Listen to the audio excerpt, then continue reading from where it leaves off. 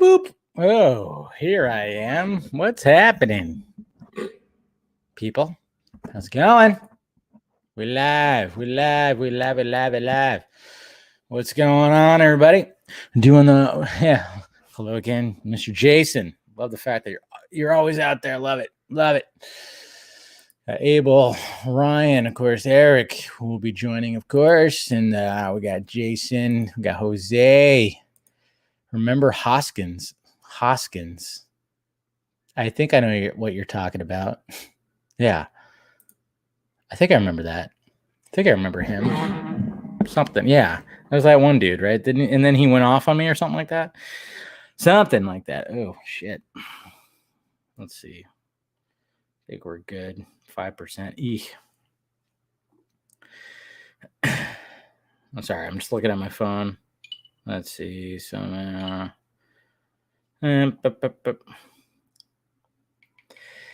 cage. Uh-oh, we got a no-hitter going on with the Diamondbacks. It's crazy. Anyway, sorry. I was looking at my stuff. What's going on, guys? Yeah. Long time ago, Hoskins. Yeah, I remember that guy. Churro Ninja. Yeah.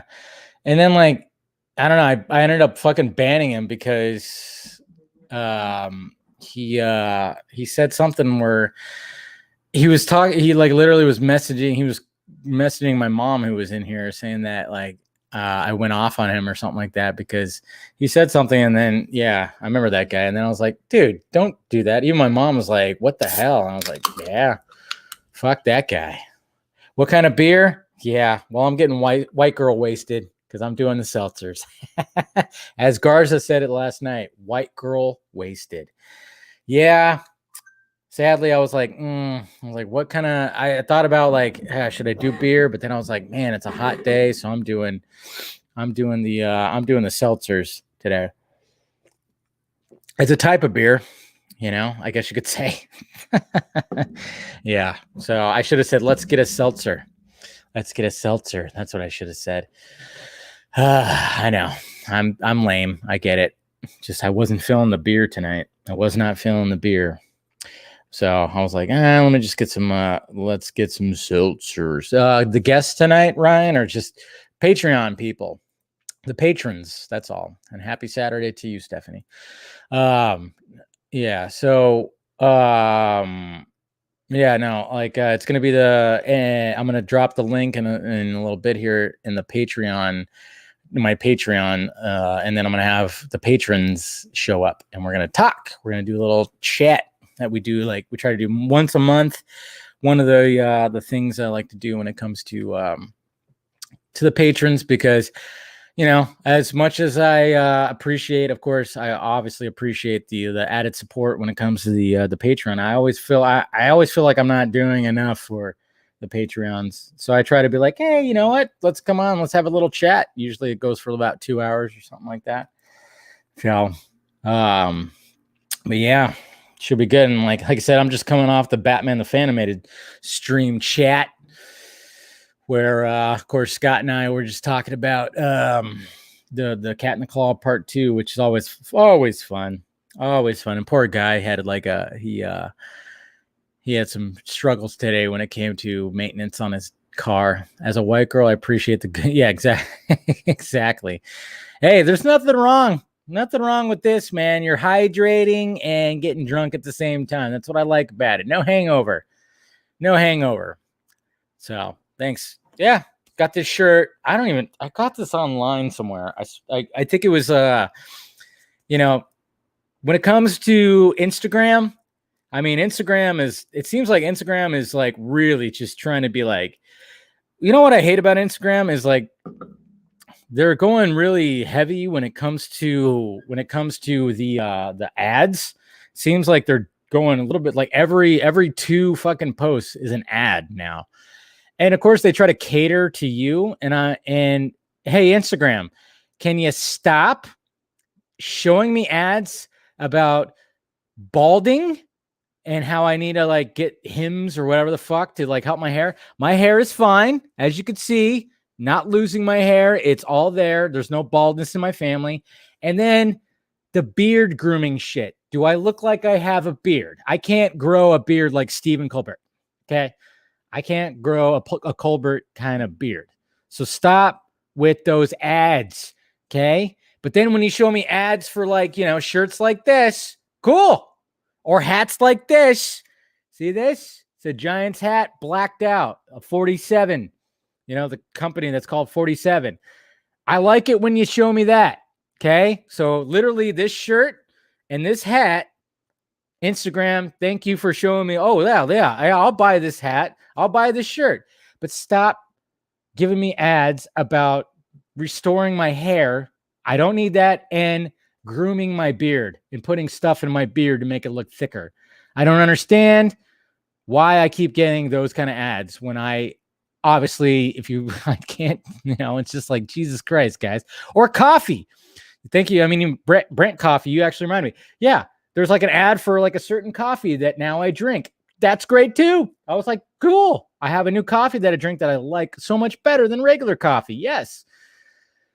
But the ads with the fucking balding and the beard, I'm like, why do I get those so much? I don't get it. You just get a text like, thanks for your feedback. Yeah, I know, right? Oh, man. Don't they say constant hat wearing is because you're balding? No, I'm just wearing my hat a lot because I need to get a haircut. I'm getting a haircut tomorrow, so I've been wearing. And then I got this new, like I said, go Giants. It was like a trucker style hat that was all blacked out, and I was like, fuck yeah, I needed a new Giants hat. So go Giants, Jose, other Jose, not Jose M. Oh man, are they winning right now? I don't even know. I'm going to look right now. I don't even know. I know. Let's see. What's the score? What's the scoreboards like? Okay, games. Oh, man. What the hell? What's going on with the Giants right now? I can't look on there. I don't know. MLB TV is lame. So I don't even know what's going on. What's going on with the scores? I think I saw that the Dodgers were winning. What's going on? David the Batman. It's tied 1-1 when it comes to the when it comes to the Giants are tied. Okay, whatever. Anyways, so there was all that, but I always find that funny. Like, what the hell, man? Why are you trying to? I mean, you'd think that Instagram would figure it out and be like, hey, wait a minute, we should stop sending this guy balding ads, to help restore his hair. And it's funny too, because like, again, I like that Sasquatch soap that I got. I like that in the deodorant. Good on you. I mean, Instagram has been pretty good at like going, hey, you know what? I'm going to try this product because it seems good, but it's just constant with the beard and the fucking hair shit. And I'm like, stop it. Instagram is just a marketing. Yeah. I know. And that's the thing. Like you said, Jose, like, yeah, the marketing of Etsy, eBay. Yeah. That's why I've gotten burned before when it comes to ordering shirts, but this shirt, quality. This shirt was quality. I mean, look at this shirt. I mean, you got Caesar, you got Ledger right here, and then you got, I guess, Nicholson right there, and then you got, of course, animated series Hamill Joker. I do wish it had Leto's Joker within all this, but yeah. So when I saw this shirt, I was like, all right, I'm gonna order it. Hopefully it's gonna be good, and it was quality. So we're good with the quality when it comes to this shirt right here. So, anyways, guys, so I appreciate you guys clicking in, doing all that, and let me go ahead and invite the patrons here. So I'll go ahead and send this over. Let's see, post it. Boop. All right, so there you go. Patreon stream link. Oops. Here, put you back up there.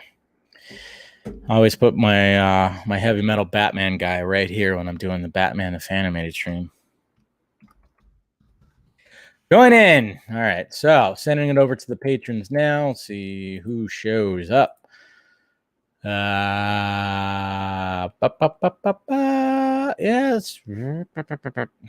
Yeah, we'll do that. All right. All right. So we're doing all that. What's happening on Twitter? Titans. Yeah, I'm like lagging a little bit too, guys. Hey, man. Thank you, Mr. David the Batman, for joining in. Casual Batman would never drink a light beer. Yeah, probably not. He probably would not drink a light beer. He drinks just fucking hard liquor. That's what he does. Yeah. But yeah, I have my Titans and my Free Guy review that probably will go up tomorrow. Today I woke up late because, late night last night, and I didn't get up quickly. And then when I got up, man, I was slow to get up a little bit. Yeah, slightly hungover, not too bad though. But from the vodka stream, which was a lot of fun, of course. But yeah, and then I was just kind of lazy, and then I watched the first 3 episodes. I read Batman 89 as well. And I think I'll do a review of that when that's all completed, because it's like a 6-issue series. So I'll probably do a little review on that. I don't know. Maybe I'll do it on Film Junkee Live or something like that. So yeah, we'll see what happens when it comes to that. But yeah, did that. So those reviews will probably be up tomorrow. I don't know if I'll get them up tonight. So all this streaming that I'm doing. So Jose from the Tightrope. Yeah. All right. Be honest. Titans is bad. It's got its issues. That's for sure. Titans definitely has its issues. Yeah. So I'm just saying, like, even Scott and I like talked about it before we went on live for the Batman the Fanimated. Yeah, we both kind of had similar things about it, where it was like dialogue bad. Dialogue it was pretty bad. Some of the things not so great, but there's some things that are pretty great. And then, yeah, there's some things that were like, okay, it's kind of like a mixed bag. I think I would say it's a bit of a mixed bag.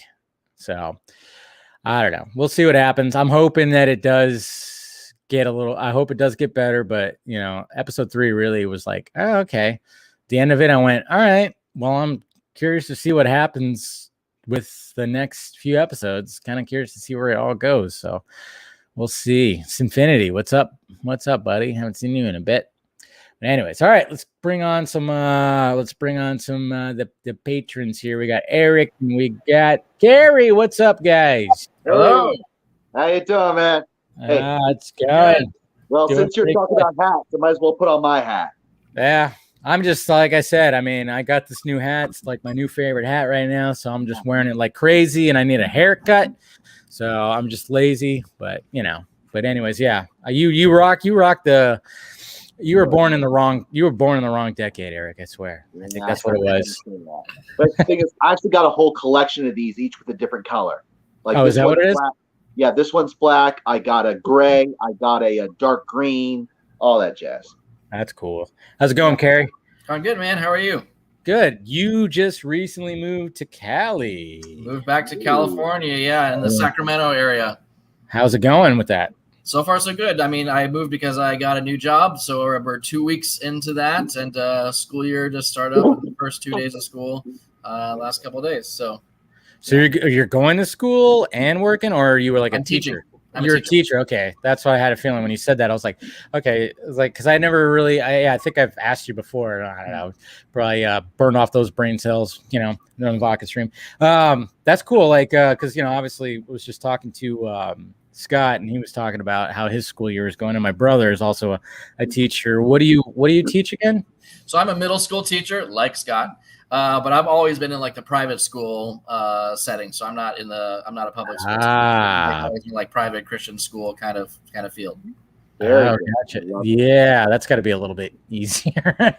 Probably. In some ways, yes. In other ways, no. Like they usually, the trade-off is like I've been lucky in that I've been worked at schools where the administration is like really supportive of you as a teacher and everything like that. So last couple of places I've been, including so far with the current one, has always just been like, you know, they believe in their teachers, they got our backs and everything like that.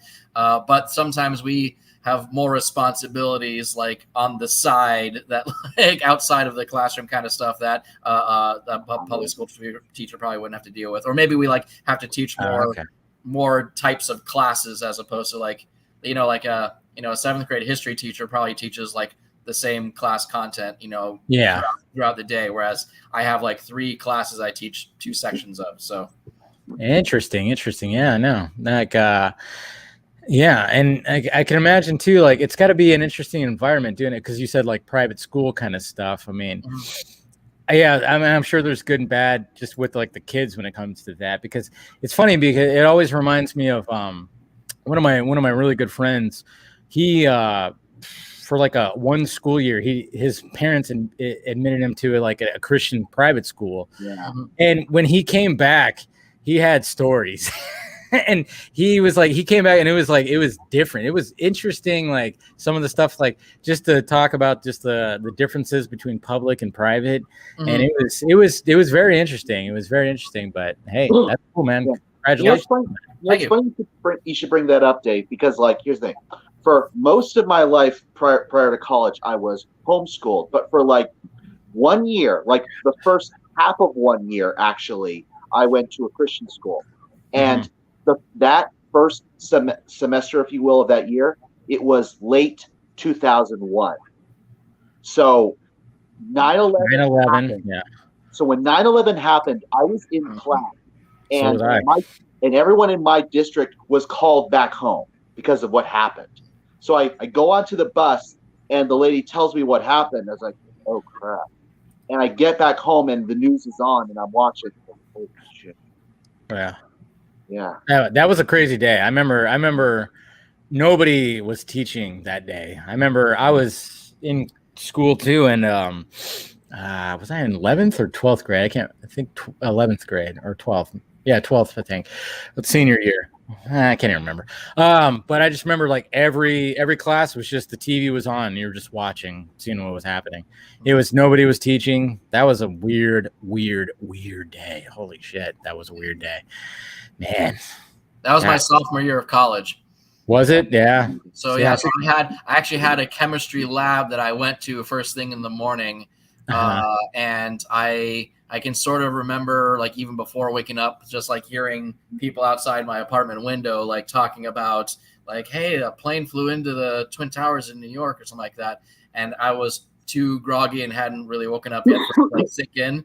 And then like, as I got to class, a couple of my classmates are talking about it, but I don't think the teacher knew about it at all yet, you know? So obviously I had like no visual or any sense of what really happened, but like a couple of my classmates kept talking about, we still had to do like our experiment for the day for the lab or whatever. But then, I got back to my apartment. Sure enough, my roommates are there watching the news on the TV, and the whole, classes were canceled for the next day or two. And we got word about just other things happening. I remember specifically, like, I got up, went into the shower, and as I was like getting out of the shower, my mom was like just started knocking on the door, and I was like, what? And she's like, we're being attacked. She actually said that. I was like, what? And I was like, I had no idea what she was talking about, but she was just kind of like, freaking out a little bit. And she said, we're being attacked. And then sure enough, I just walk out into the living room and just seeing like the first tower on fire. And I think right after I got to school, that's when the second plane hit.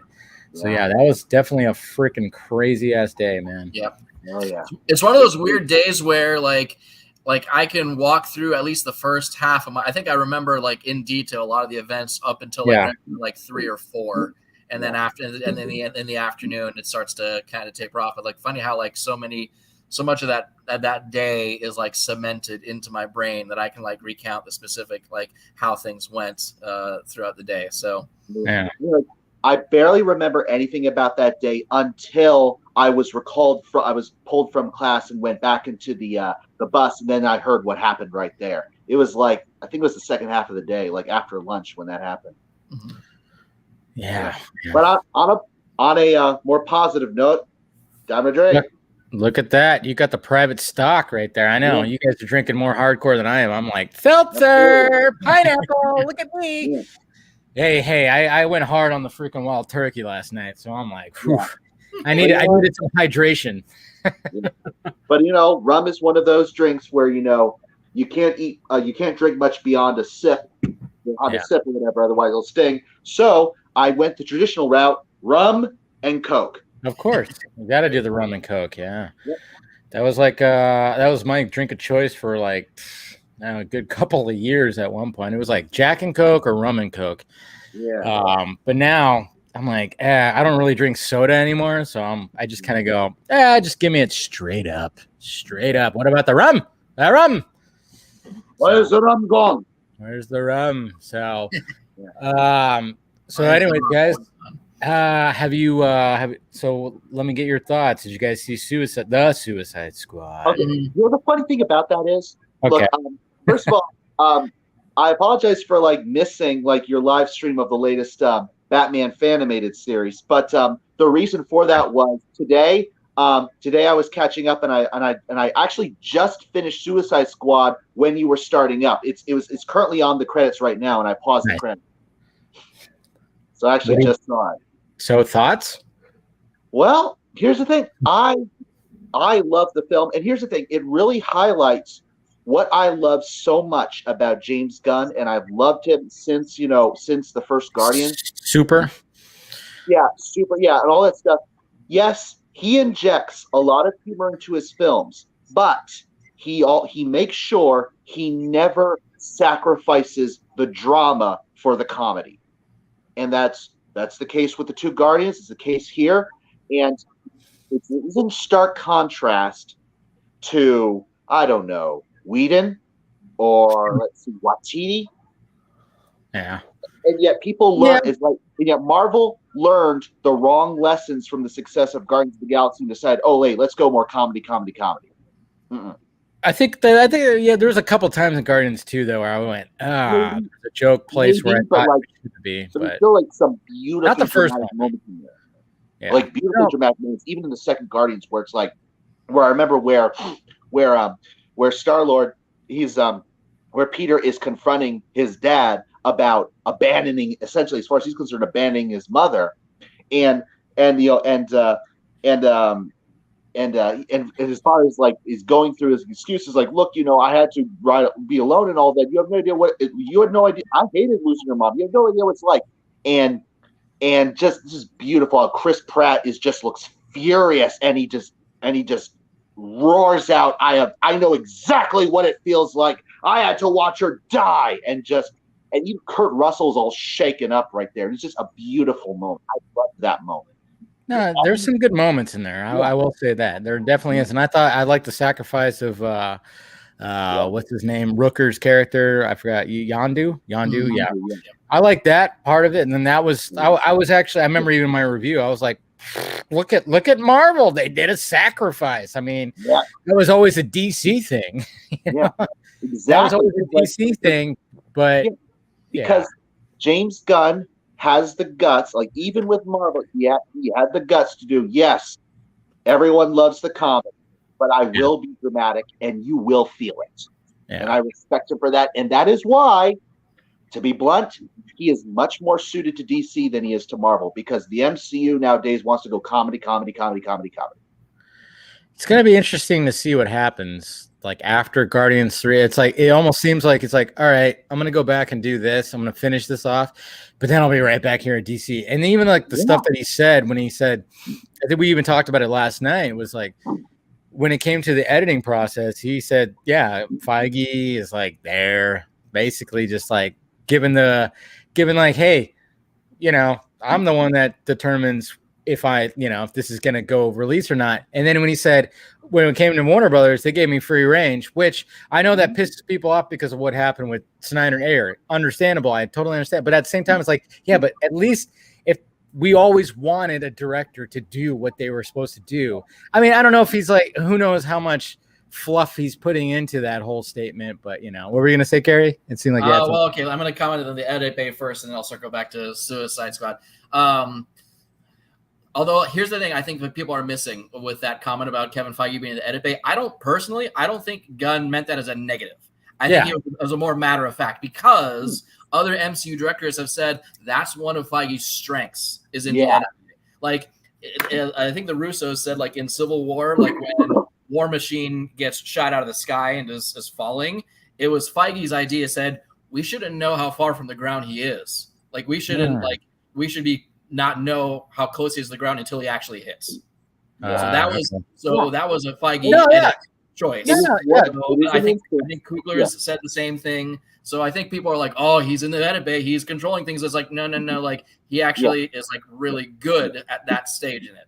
Exactly. Because like, unlike most executive meddlers, Feige knows his stuff. He is a good creator himself. And because he's a great storyteller himself, and like the thing is, and again, it's an instance where studio executives learn the wrong lessons. They look at Feige and look at how successful he is, and they assume, hey, us like having these tight reins around the filmmakers is a good thing, and it's not, because they don't have the strengths that Feige has. Feige has a creative mind. He is a creator. He's an artist. They're not. True. That's true, because I mean, can you imagine like a Toby Emmerich in the fucking animation? Or Anne Sarnoff going like, no, I don't think that. Well, no. Certainly imagine Jeff Johns in control. Oh God, let's not even talk about that. I mean, like I said, when it comes to, we were just joking about like, I don't know if you guys watched Titans yet, but man, that first episode, like 10, 15 minutes in, I was like, this dialogue, what is happening? And then, what do I see at the end? Dialogue was weird the first episode. Written by so-and-so and Jeff Johns. I'm like, yep, Johns does not know how to write dialogue. I was like, geez. That's one of those things where it comes across one way on the page, but then done by actors doesn't Dude, work. It's almost like you want to hear Harrison Ford, like he said to George Lucas, yeah, you could read this shit, but you can't say it. It's like, what's going on, Doug? Hey, what's going on, Dave? How you doing, man? What's up, fellas? Yeah. It's so funny that you say that. Thank you for bringing that up, Dave, because nowadays, because it's fashionable to a dump on like the sequel trilogy, it is because of that has led to it being fashionable to like kind of looking back at the prequel era and saying, well, it was actually masterpieces, and Lucas was a genius. And there are people on Twitter saying that the day has come to apologize to Lucas, blah blah blah. I know how much you hate the prequels. I know. Well, here's the thing. Well, as you may know, look, I have been merciful towards the prequels too, like mainly because Phantom Menace, I could appreciate because look, I was a kid when it came out, and I enjoyed it as a kid with all the slapstick with Jar Jar Binks. It is a kids movie now, and Attack of the Clones is like a teen angst kind of movie, and it helps, and it doesn't hurt that Natalie Portman is hot and she's and you love it very well. But I know. Hey, let's tear the shirt off and show your stomach. I know. It's so corny. It is corny, but I will say, like, when the movie... I didn't complain. Yeah, when the movie cuts to Obi-Wan, it's actually a pretty enjoyable film. But it's like, but his little side mission, and stuff like Obi-Wan. My beef with the prequels was really that Lucas waited to explain anything. He had set up so much, and he waited to pay it off and explain anything until Revenge of the Sith.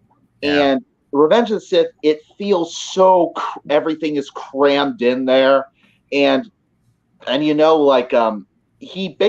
filmed he apparently notoriously filmed the first draft of the script. He did nothing to revise it, and of course he slashed out. It's ironic. I looked at the deleted scenes, and like the best stuff in the movie, or what would have been the best stuff in the movie, was the stuff that was cut.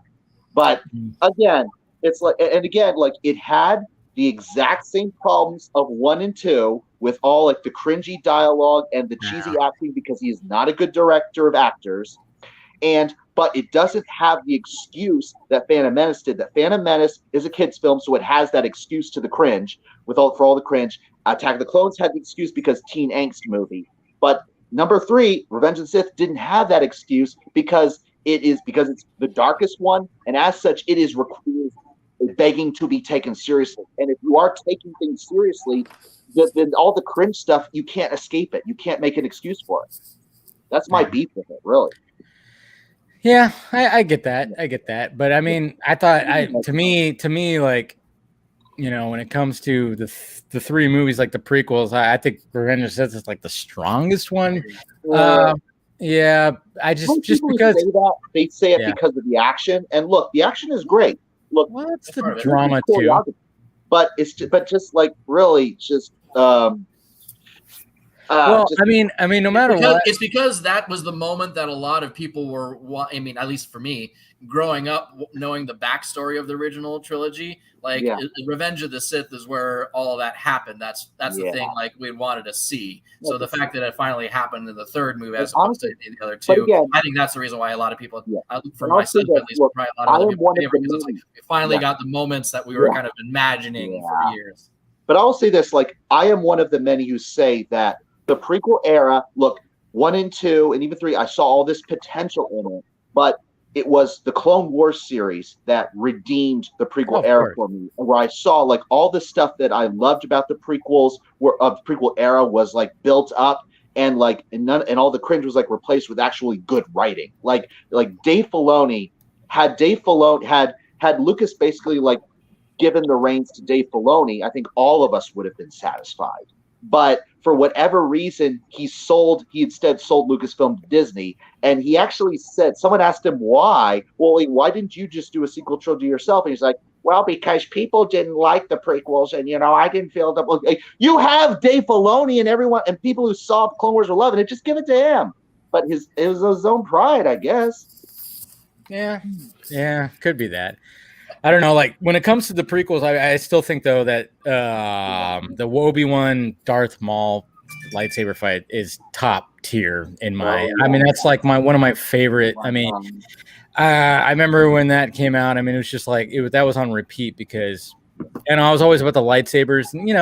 Well, Clone Wars, cool, and but right and Yoda doing it, that was cool, but it was all it was mainly just like a CGI thing. And then even like the the Obi-Wan and Anakin fight was cool, but for some reason there was the energy and that almost like athleticism, I guess you could say, that went into that lightsaber fight, especially with Ray Park, as Darth Maul and that whole entire lightsaber fight was fantastic, even when it was the 3 of them.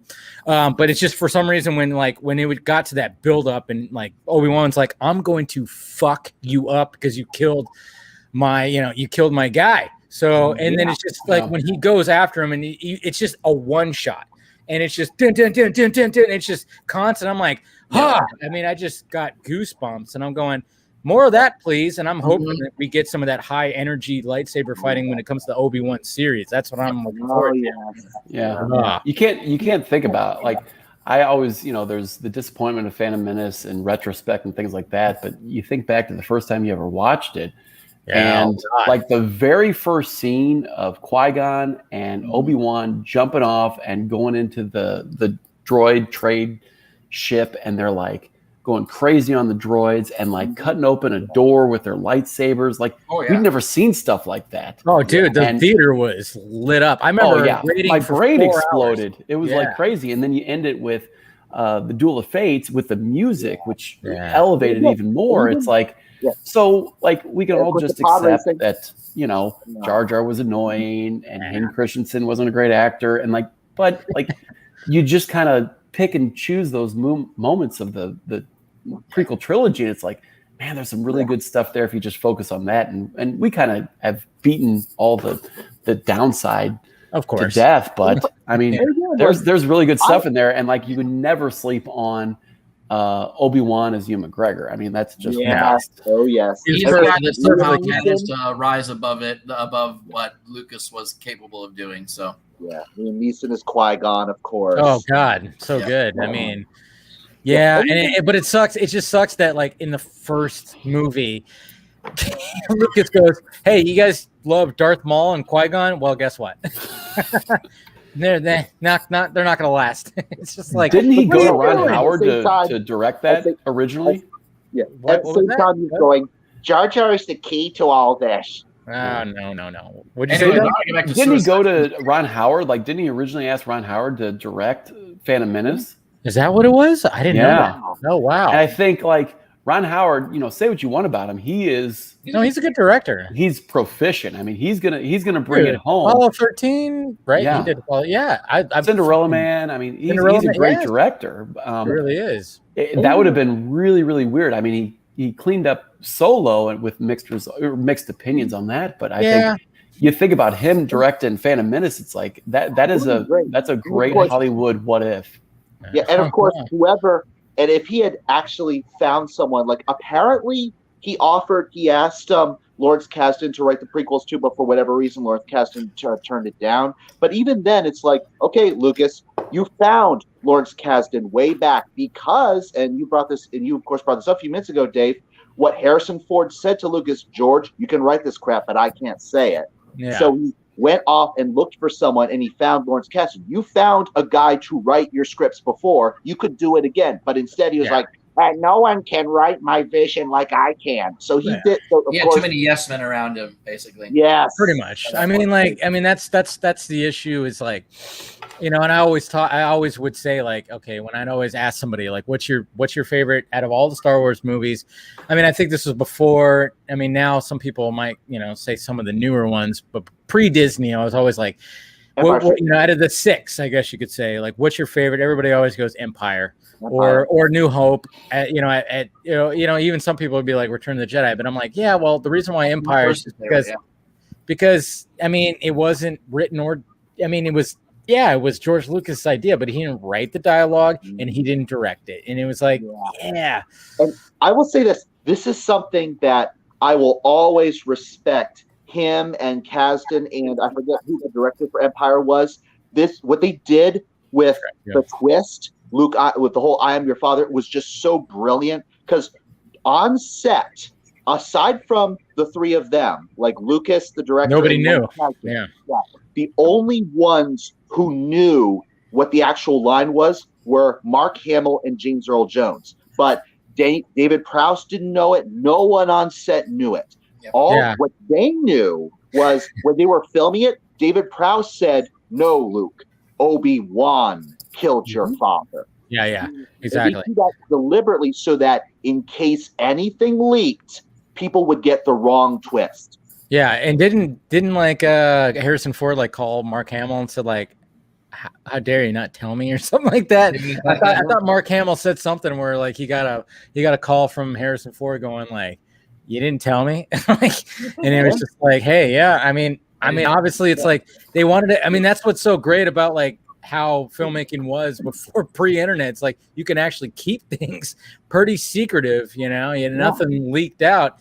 And they had to do, they still kind of do that though. They film multiple endings and everything just to they brace themselves for in case it did leak. Yeah. So they saw all this coming, all the spoilers and stuff coming. It was just brilliant of them to do that. God, crazy.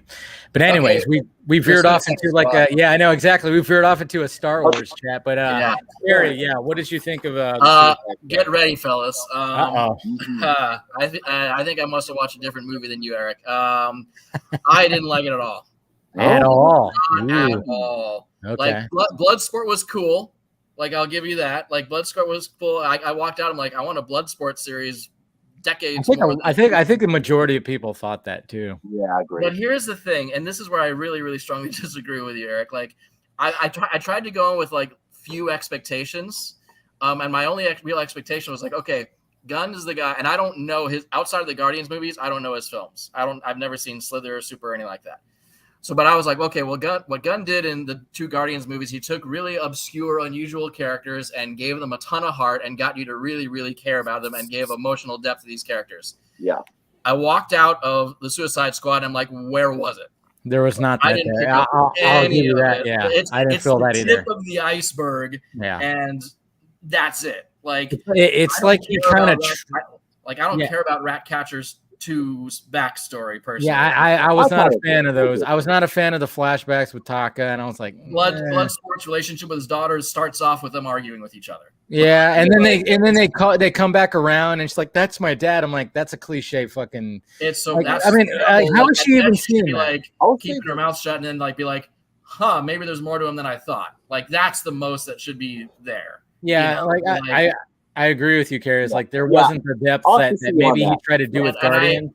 I kind of like I was like, what was I supposed to latch onto? Like there was no emotional depth or of any of the characters like whatsoever. Like, I mean, like what was Harley's journey?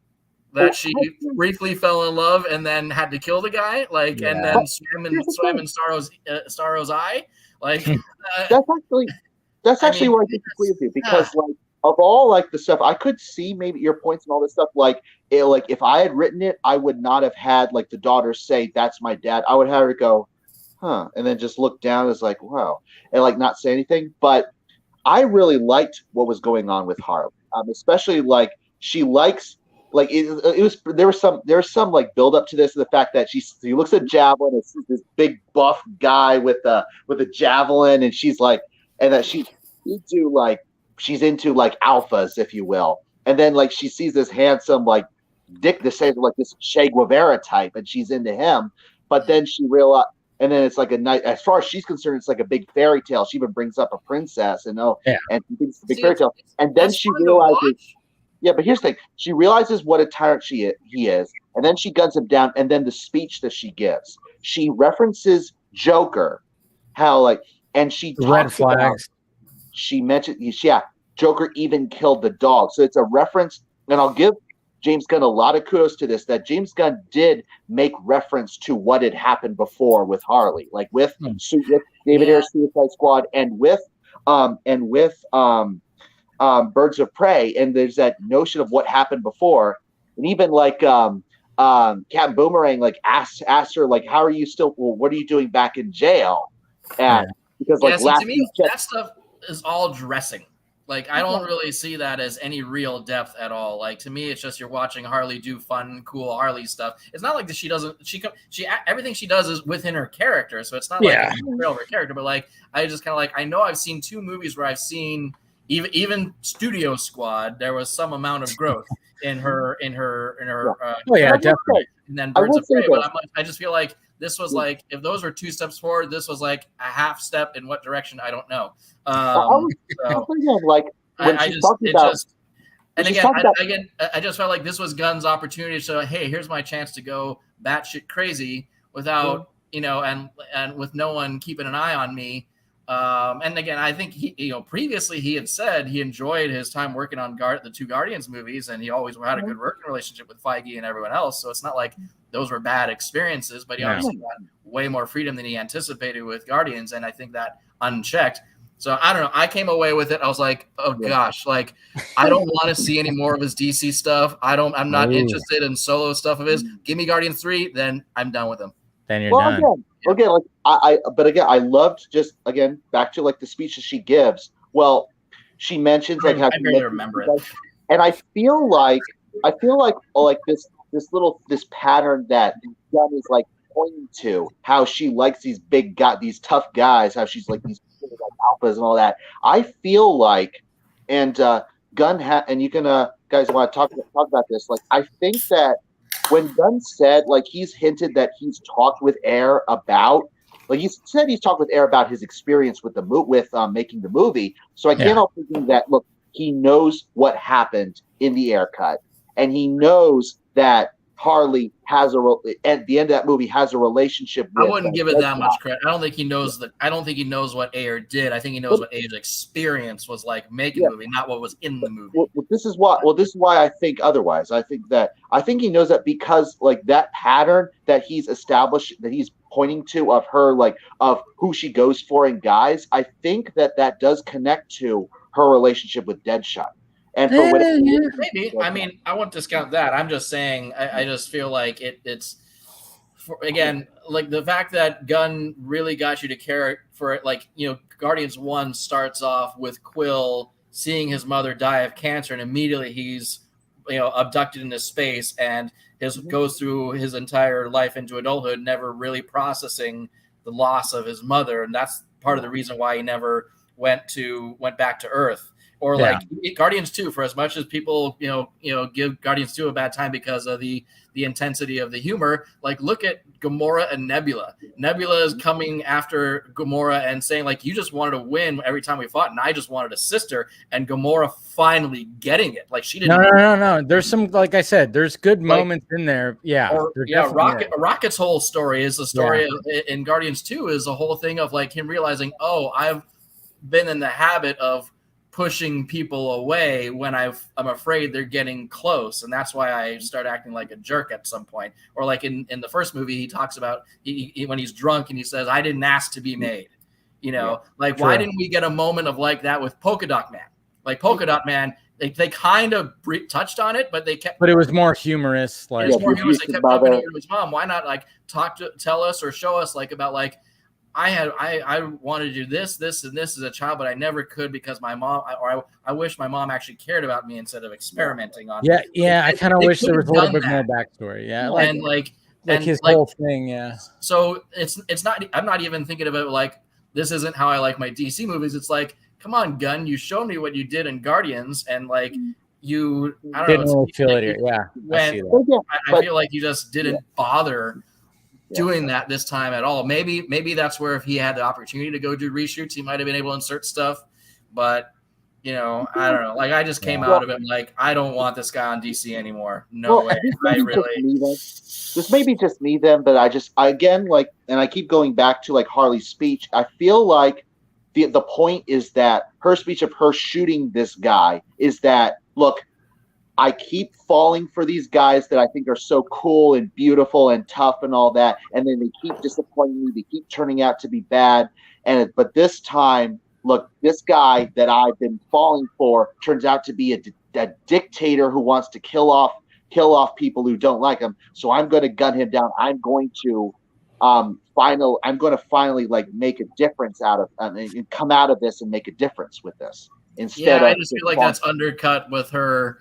That's under that anything of that, which I mean, I hear you, and it's not like that speech was bad or anything like that, or I didn't think it worked. It's just kind of like by the time she's thinking that Bloodsport's name is Milton, by the end, that I'm kind of like, I don't really know what the whole point of her speech was then back then in the first place was. True that. So, and we got another person joining anyway. William, what's going on, sir? From let's have a Mountain Dew. Number 9, I guess. What's going on? Yeah, man. Let's have a Mountain Dew. What's going on, man? How you doing? Not much. What are the topics? What's been going on? Oh, we're just talking Suicide Squad right now. Just kind of just getting everybody's opinion on it. And the next person I was going to ask, Doug, what'd you think about the Suicide Squad? Like the Suicide Squad, I definitely appreciate for what it was. We're all Zack Snyder fans, and so Zack Snyder's DC movies are like 7-course mythology, fine dining, and James Gunn's Suicide Squad is just a giant cheeseburger. And so it's fulfilling and it's fun and you like it, and it is what it is. And Carrie, I know you don't like his take on some characters, and that's why I think he's good fit for the Suicide Squad, because he's not taking on major characters. But I appreciated what he did for Harley, because he's kind of taken her from somebody who was getting over a breakup and Birds of Prey to somebody who's kind of going from anti-hero to hero in the Suicide Squad. I really liked her. She looked great. Her two costumes were top notch. Her action sequence after she shot the dictator and the flowers, like her just doing the craziness. And is that supposed to be in her head? Like, is she picturing those things? Okay, I don't get. Yeah, they did that. They did that in Birds of Prey too, when it came to all the smoke. The whole Scott Pilgrim thing. Scott Pilgrim thing. Yeah. She's putting in her head that she's thinking of this like a video game, like she's in a first-person shooter video game. And but at the same time, she's like, flowers and rainbows and Yeah, but I mean, that was the best thing. I dug that. She's brutal and she's crazy and she's, accepting some heroism, and they turn their back on Waller. which, some people complained about, like they would never allow that. And, the people in the box with Waller, I kind of agree with that. But, at the Suicide Squad at some point has to take a stand and walk away from Waller. And she lost her ever-loving shit, which was kind of good. You don't expect that from Waller, but, Viola Davis is freaking awesome. She's a beast. I think it was a lot of fun. I had like kind of nitpicks about my own personal things. It's like, I didn't want Boomer to die because he's a mainstay of the freaking Suicide Squad. And if I wanted somebody to wake up on the beach, I didn't want it to be Weasel. I wanted to be Boomer. I wanted to be Boomer because he's actually the literal Weasel of the Suicide Squad. And Jay Courtney was great. So that was just my own little shit. On that note, look, the only I was kind of joking around beforehand, with that line from Tom Hardy's Bane, when someone says he's dead, so show me his body. Yeah. I mean, yes, we see his burned up hand holding the boomerang up high, but I just want to see. Look, I want to see in a future movie. He's alive. He's got a mechanical arm right there. Yeah. And the Rick Flag thing, I was bummed about that. I kind of saw that coming. But that's something they could. And there was no way you can say that he survived because it shows his body. It shows the shot going into his heart. So yes, I thought that was a little overpowered. I was like, well, that was to emphasize. Yes, he is dead. But it's also comic book movies, so you can do whatever you want. I mean. Superman got stabbed through the heart too, but I think at the bare minimum, you've got this guy carrying on Peacemaker's story, and hopefully the Rick Flag death carries on in that, in flashbacks or flash forwards, and he feels the weight of that to prompt him to do better. But I think there's a lot of weight in there, and I think there's story in there with Rick Flag, and it's like it would be a shame if they don't address Rick Flag. In the Peacemaker, and hopefully I think that's a big crux for it. And it would be cool to see some of these characters come back in the Peacemaker in a flashback or whatever. Yeah, and even when Peacemaker is killing him, the look on their faces as they're facing off each other, Gun, Peacemaker doesn't want to kill him, and he even as you're talking, he is begging him, "Don't make me do this. I don't want to do this, but I have my orders." I have to do this, but I don't want to. And even when he's shooting him, just the look on their faces as they look at each other, Peacemaker hates himself for doing it. He just feels that Peacemaker has a bomb in his head, and Flag doesn't. So it's true. He doesn't do what Waller says. He's going to blow his brains off anyway. So that's a great point, William. That is a great point. So, what did you think about the movie, William? I thought on its own, I thought it was a lot of fun. I mean, I had a lot of fun with it. I thought it flowed. It was the best gun movie I've seen. But the best things about this movie highlight the fact that it should have never been made. The best way you could have made this movie is to not make it, because in the whole lexicon of DC and getting me anticipated for anything that's going on with DC, this movie does nothing. It does nothing. It has no place in any lineage, and it just highlights the fact that it's out on an island on its own because of the bad decision making they made with Birds of Prey by making that movie, and by the original Suicide Squad by eliminating the Joker. So they made bad decisions that cascade and led up to this one where they devalued Harley Quinn.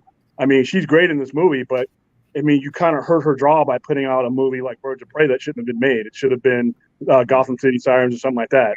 But they let her make that decision. It should have been Joker and Harley. Mad Love or something like that. I mean, the fact that they're going to release a movie on Valentine's Day, it's like, yeah, do Joker and Harley, do Mad Love, do something like that have this toxic relationship.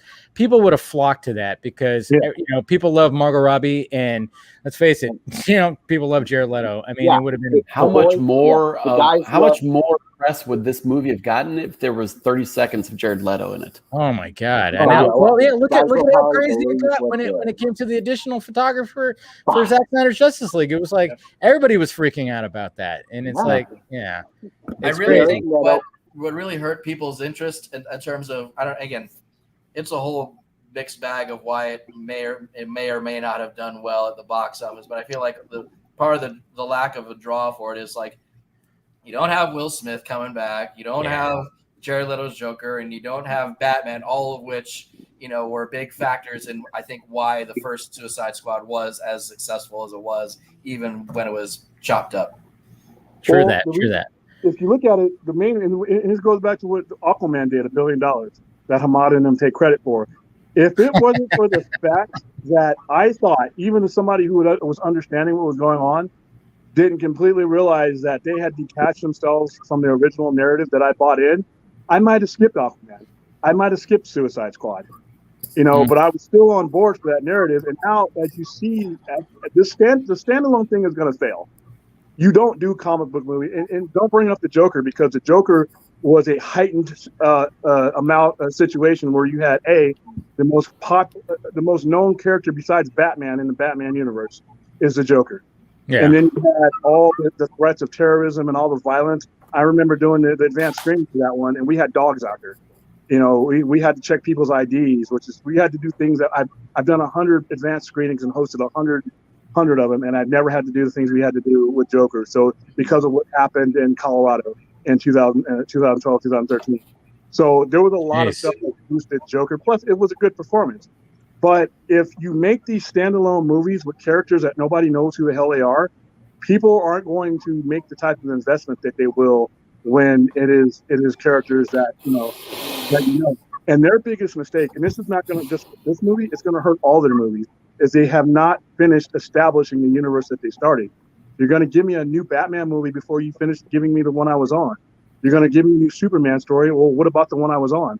And I always say this over and over again. Why should I trust you with something new when you didn't come through? You never finished with what we were currently on. Why should that kills their brand? And by the time the Suicide Squad came out, no matter what, it's a good movie or not, and people always say, "Well, just make a good movie," and I say bullshit. Making a good movie is part of success. It's a quarter of the success. But if you don't package it correctly, then the movie's going to fail. There's a lot of great movies out there that fail because of production companies, because of mistakes that the production company made leading up to that movie. And that's what we had here. This movie didn't make money because Polka Dot Man. Now, we who sat in the movie, realized what a great character it turned out to be. But you have to get me to the movie and get my money before I care about his mother. And all the in this, there's not a must-see movie. It's kind of like with Black Widow. Black Widow is like a lost, like you guys are saying like that. A lost. Oh yeah, totally. Yeah, totally didn't. Yeah. I watched that Suicide Squad. Gary's like totally different. I'll see Black Widow dozens more times more than Suicide Squad. Yep. Right. I love it. So. And then we're gonna bring some more people in. We got Darren, we got Lane, and then Eric is back. I don't know what happened. Yeah. I was checking something on the phone, and then just like that, it just bailed me out of this connection. Is that what you did? You have your thumb up against it like that? Yeah. Okay, I thought you were trying to get something off your screen. I'm like, what the hell is he doing? No, I understand. That's what he's doing. That's what he's doing. What's going on? What's going on, Lane? And I love the fact that you put Garza's red hashtag right there. I'm about to kick you out. I'm about to kick you out. Fire away. That's amazing. About to kick you out on that, man. Come on. By the way, speaking of Garza was right. Look, I've been kind of busting Garza's balls about this, but I do have a reason for it. But look, before Justice League, Zack Snyder's Justice League came out, he was like so vehement that Bruce was still the father. And when I was saying, John, I really don't think that's the issue. I think he's changed it. It says, no. It's still Bruce is the father. No, Bruce is the father. It's like, well, dude, I mean, it's not. It's like, I don't know what to tell you, Eric, but Bruce is still the father. Lo and behold, the movie comes out. There is no interaction all between Lois and Bruce. And in fact, like Zack himself even says, that the movie is set about a month after BBS. So Lois is buried in her grief. She's not interested in any relationship. And B, Zack then specifically says now that yes, that the son, Bruce Kent, is the son of Superman and Lois, Clark and Lois. So I've been like, okay. So I will say this: he doesn't have a perfect batting average. It's fine. I know. He gets. I mean, technically, you're both right. I mean, Bruce was the original plan, and Clark's this plan. I mean, yeah, exactly. And technically, you're both right. Yeah, exactly. We're both right. But I just find it a little funny, and this is probably just pure coincidence because Garza will often come in to talk like in the live in the chat for a few seconds and then go out. But the funny thing is, when he comes in, I ask him, "Hey Garza, what are your thoughts of Clark being of Zack now saying that Clark is the father?" And then that's when he stopped talking. Hey, take that up with him. Take that up with him, man. But hey, you know what? Going back to Garza's periodic table video that he made years back, that was great. And like one of the things I remember him calling out was like the history lesson. He was like, I think there's portions of this history lesson where it's being like literally filmed in reverse. Like the ships are like landing when they should be taking off, and that was exactly how it plays out in Zack's. Oh yeah, no, he's got a good track. He's great on a lot of stuff. I love all the stuff that he's writing about. I think that was right. I'm talking about the other stuff, the other guy. No, the what? You're talking about what? The other guy. The other guy. Oh, you're talking about. Oh, okay, yeah. Okay. We know who you're talking about. We know who you're talking about. Okay, yeah.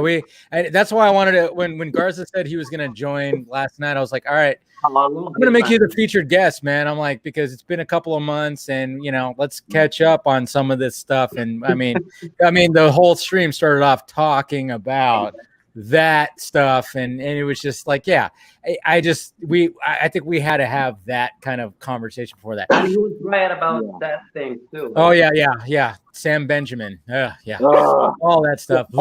I will say this is one of the things where I was firmly in Garza's camp, albeit for a different reason, because I was pointing out, hey guys, Sam Benjamin has specifically said he's an Army character. I got news for you. Hal Jordan is not in the Army. If he is in the military, remember, he is a pilot. He is a fighter pilot. If he's in the military, he's either in the Air Force or the Navy. He's not in the Army.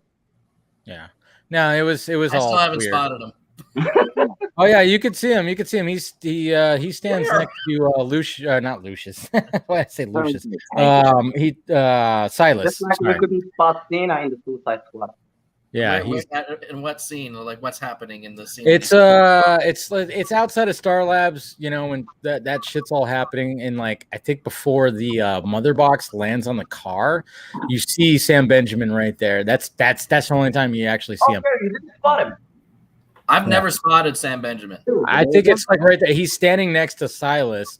I thought he was gonna be like you actually the mother box. Nah. It's very brief. It's very hard to spot. But anyways, Mr. Darren, what's up, sir? Thank you for joining. Very much. Nice shirt. Appreciate it. Oh, yeah. Get it from you. Well, you showed the link for it. I got it off Amazon. Good. Yeah. That's what I try to do, man. I got to try all that. I picked these up today. Look at that. You got both. You got both the covers. Look at you. Yeah. You ready yet? I just got them. Okay. Yeah. Speaking of covers, you guys may know. Remember a few weeks ago, Mighty Pegasus actually sent me this because I was the de facto winner of the contest. Yeah, this beautiful little thing, along with a couple of his art posters, which are really, really good. Of course, yeah, he does great work. Yeah. But when it comes to Batman '89, man, I mean, I course picked up mine too, and it's interesting because like I was telling Scott when we were doing our stream, anytime I read a comic book, I'm always Batman is Kevin Conroy. Anytime like I'm reading, Joker is fucking Mark Hamill. Everything, it's all animated series voices that are in my head. I'm like now having to train my brain to be like, wait, I gotta hear Michael Keaton as Batman. I gotta hear Billy D as Harvey, and it's just trying. And then Michael Goff as Alfred. I can't have Efron in there. That was the most difficult part when I was reading that earlier today, because I'm like, those are the voices that I always hear when I'm like reading a Batman comic book, is the Batman the animated voices. But now it's like, no. Look at who it is. They're drawn like these characters from Burton's fucking universe. So like, was it good? Like, what do you think about it? Oh, I liked it. I think I was I dug the fact that like because there's certain things in there that is different from other Batman comic books, and the fact that they're really trying to represent that world, the Burton universe. And I really, I actually dug it, and in the way that it ends, you kind of go, oh shit, okay. I wonder, see where this actually goes. I wonder, could the comic have be like specifically designed to be a bit of a tie-in, like some build-up to the but could it be like a setup for Michael Keaton's appearance in the Flash, like a way of like steering towards how he got to that point? I wouldn't be surprised, because I did find that kind of interesting too, is the fact that it's almost like they went, all right, we're bringing back Michael Keaton's Batman, so there's going to be all this history that needs to be there. So I'm kind of going like, yeah, maybe that was one of the reasons why they're like, hey, let's do these kind of nostalgia, whatever, comic book runs, specifically this Batman 89, because now we could see more of maybe what Keaton's Batman was doing, and we can have a little bit more when we go into the Flash and whatever else comes from the Flash, because let's face it, Keaton's not going to just do a one-off. There's going to be more. There's going to be more. And again, have you possibly heard anything about Michelle Pfeiffer being in there? Because I wouldn't be surprised. I really hope that's the case. Yeah, especially like with the CW crossover having that newspaper article saying that yes, that they were going to marry each other. Michael Keaton's Bruce married Selena. So like that, I want that to be paid off. I want to see her there. And I'm really pumped for the Flash right now, because we're gonna have the Suicide Squad DC working on it. Yeah, we're gonna have it's the same. Yeah, it's the same guy who did the same cinematographer, same DP. I mean, that's the thing. It's like, and it was shot so very well. I mean, that's. I mean, even though it's like, sometimes I'm like, when it came to Suicide Squad, there's things I didn't like. I didn't love it, didn't hate it, but I liked it, enjoyable. But I will always commend how beautifully shot that movie was. Yeah. The puddle, I love, like, to open the puddle to open yes, the movie. The puddle, yes. Just the helmet, the flag and Peacemaker, and the rain scene were like awesome. Dude, that when Rick Flag and Peacemaker fighting and it's on Peacemaker's helmet, I went, okay, that's fucking beautiful. Come on, the rain and the King Shark. I mean, I loved King. I will say I loved King Shark. I laughed at everything. Yeah, when he ripped that guy apart and it was like, and there was like a thunderbolt when it happened. I was like, well, that's probably like the most beautiful shot of the whole movie right there. It's like, there's the bit when they're in the prison, so he's like, "Book read, so me." Like, I love that. I think that's I love that he had like a swimsuit and a dad bod. I love that they made him kind of like little flabby. It's ironic because Sly Stallone himself is still buff. Of course, yeah. Hey, Darren, you saw the Suicide Squad, right? Yeah. Yeah, what'd you think? I loved it. Like, I didn't think it was like the greatest CBM ever made. Yeah, but it's enjoyable, right? I'll buy it when it comes out. Yeah, the critics made it look like it's the best CBM ever, but it's not. It's a good movie, not a great one, but a good movie. Exactly. It makes me want the Ayer cut even more. Oh yeah. Do you think guys we're gonna get the Ayer cut next? I think so. I think it's kind of like a no-brainer. I mean, with what happened yesterday, and the fact that so many people are requesting it. It's been in the trades. Ayer has kind of just. I mean, even today. I mean, it's surprising how much he was like. As when he released that statement, and then he goes, "I'm not going to talk about the this." Again, and then all of a sudden he retweets about over 400,000, awesome, and then he retweets about when people are asking about what was all shot, and he goes all of it, and it was like, oh shit. So he's adding to it, he's appreciating it. He obviously gave RT Ayer cut the script, and they were just releasing pieces, and like that image of Harley and Deadshot kissing. He gave all that. He supplied all that. So he definitely wants. Steppenwolf in the script, guys. No. It's not. No, that's not. No, exactly. I am very curious to see there are ties to Apocalypse or something like that. Yeah. Somehow. And if it were still in there, if it somehow could be worked in, it would not be like Steppenwolf was replaced by so-and-so. But if it were, hear me out, if it were, it would have been like a brief scene where Enchantress is talking to him over the intercom. It was according to my information, it was talked about at way before. Even like just it was talked about when Suicide Squad was being developed, but it was like talked about between Zack and David. But it was like a thing that was just like, nah, we're gonna have them in here, and then it got thrown out. That's why there's no concept art. They mixed it early on. There's no concept art. People were trying to say, certain people especially, were trying to say that like, oh yeah, the concept art of Incubus, that's Steppenwolf. I'm like, no, it's not. It's Incubus. It was always. It never got to that point. It wasn't like the recent images that we saw from Suicide Squad, where we had Deathstroke in the place of Bloodsport. I mean, that went deep. And then all of a sudden they were like, nope, we're not doing that. And they had to replace that. It didn't go that deep with Steppenwolf at all. It wasn't in the script because we saw the script stuff. It said Incubus. Clearly, there's no concept art. I mean, there's people that were passing around some kind of something, but somebody drew that up. And it wasn't real. I would have loved, honestly, like it's a little fairly obvious that the whole bubble-headed zombies thing was like, when they got rid of the whole idea of Steppenwolf and they got rid of the whole idea of the parademons. Well, the parademons were essentially replaced with the bubblehead zombies, but that was real weird.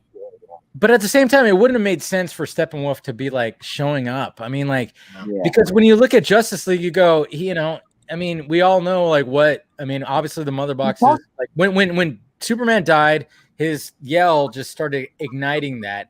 And that's how Steppenwolf was able to be like, oh, shit, wait a minute, what's going on over here? And then, of course, talked to Lex through, the Kryptonian technology. Which is why it wouldn't have made sense for him to show up in, Which is why I could see if they were to do a scene. I mean, if David Ayer were to film some additional photography, it would be a scene where Enchantress is talking with like some kind of communication, maybe. I don't know.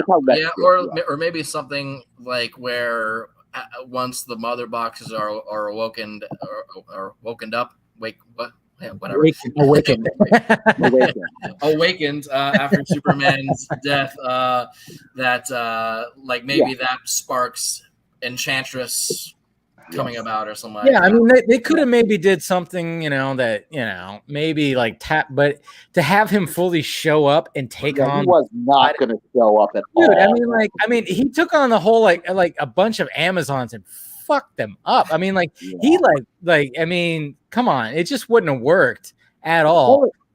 Let me ask you guys this, like going back to the Suicide Squad, because what a lot of people complained about was how Amanda Waller's new staff are a bunch of hipsters that are a bunch of rebels and all that. And watching it, I couldn't help thinking that maybe like the whole idea is that Amanda Waller's department had the funding was slashed after like the events of the main Suicide Squad and all that, because she could not be trusted well enough, so she's put under release. So her department was slashed, and now she hired the only people who were around.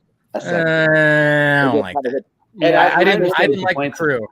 I understand the complaints about the crew, but I think the team walking away from Waller and Waller losing it is an essential part of that movie. I mean, I like that part. I like that. Get off the island or go take out Starro, and they walk away, and Waller loses it, and them hitting her in the head with a golf club and her letting them live is a little far-fetched, but yes, I agree with like 2/3 of that. Like them leaving and her losing it. I didn't like the fact that they were like they did that. The what? Yeah.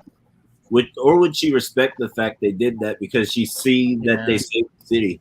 Yeah.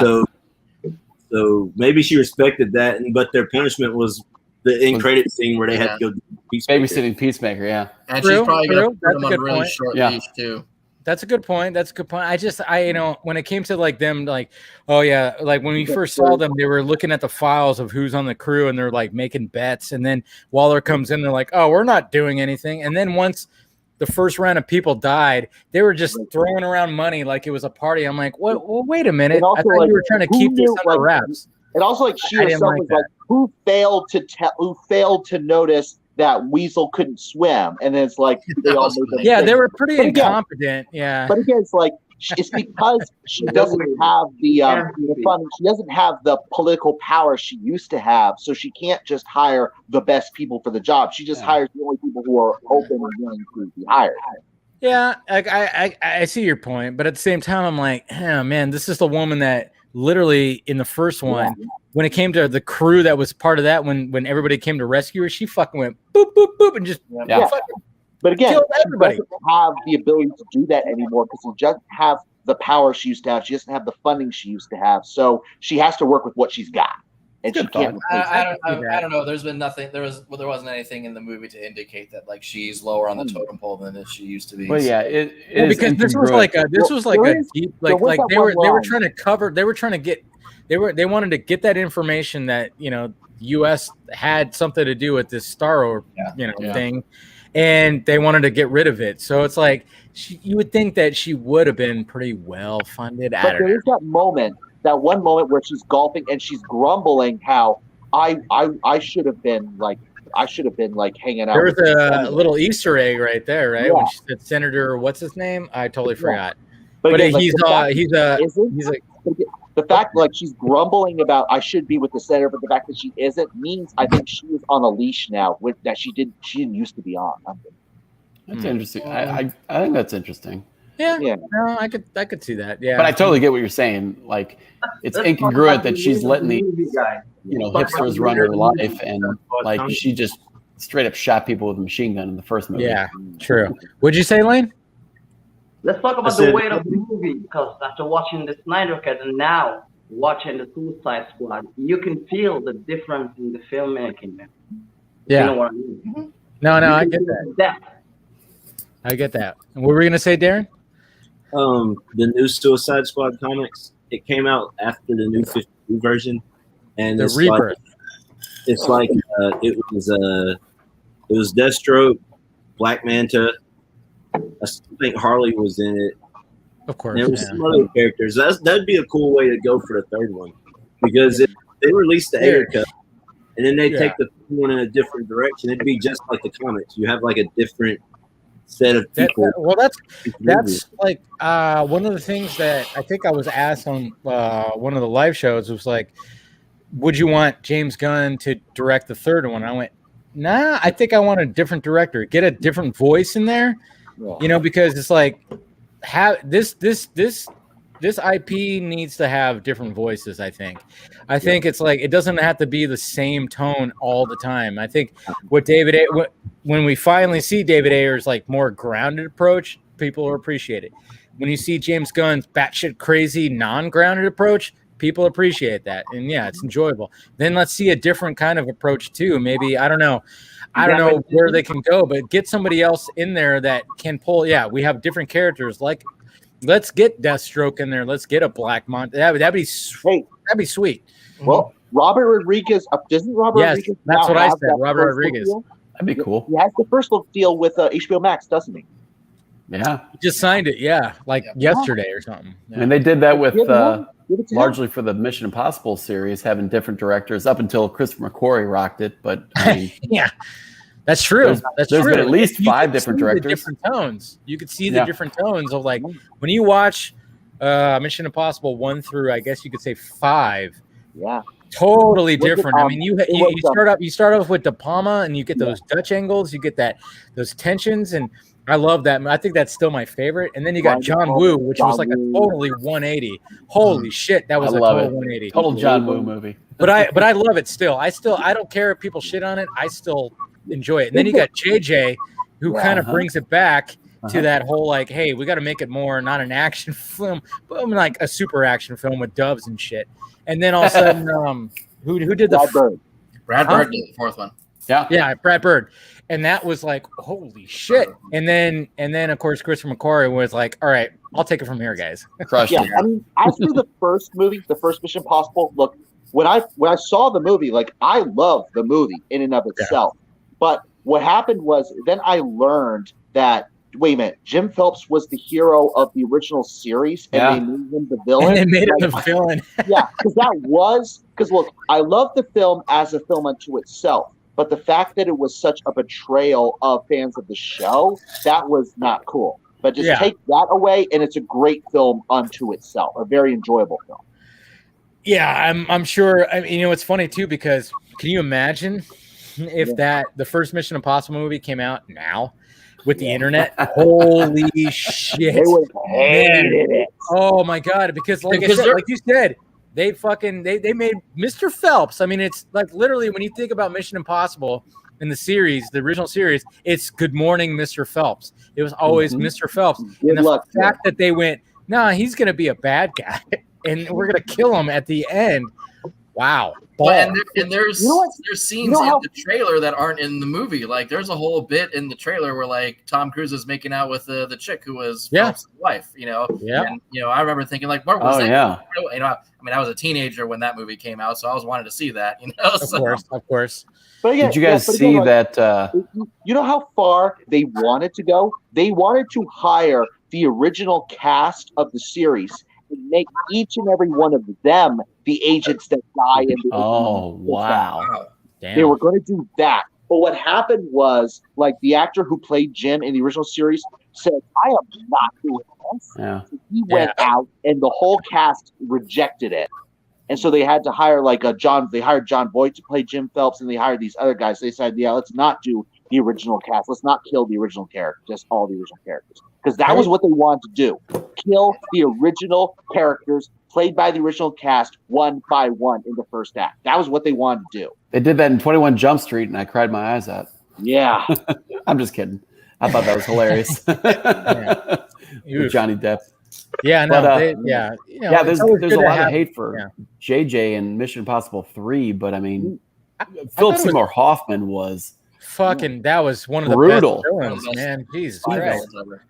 Like that opening. Oh my god. I mean, like the way to open a fucking movie. I mean, with that intensity, him and Cruise going back and forth like that, and just like, oh my god, that is one of the best.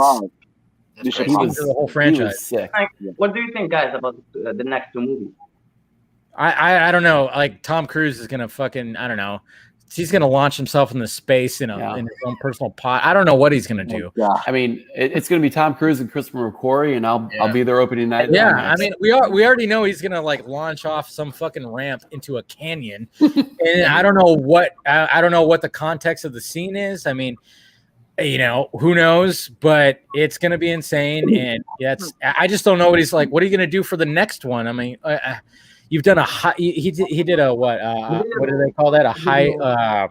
What do they call that jump where it's like you have to wear a mask? Halo jump. A halo jump. A halo. It's halo or something like that. I don't know. Something with an H. Yeah. It's like he did that, and he hung out. He hung off like the biggest building in the world. He hung off a fucking an airplane that was going up in the air. Yeah, I mean, obviously he wasn't really like holding on like he was latched onto that, but you actually see him like losing his mind on there. It's like every time I watch that scene, I'm he's freaking out.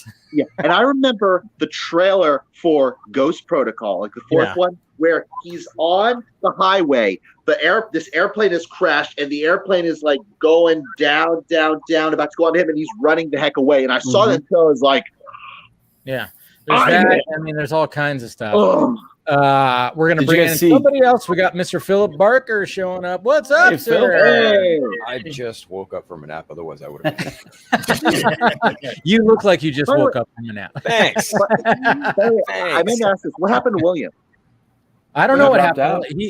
He bumped something. Well, I know he was because obviously he's. He has a sci-fi center in Vegas. I know he was doing something for Candyman promo.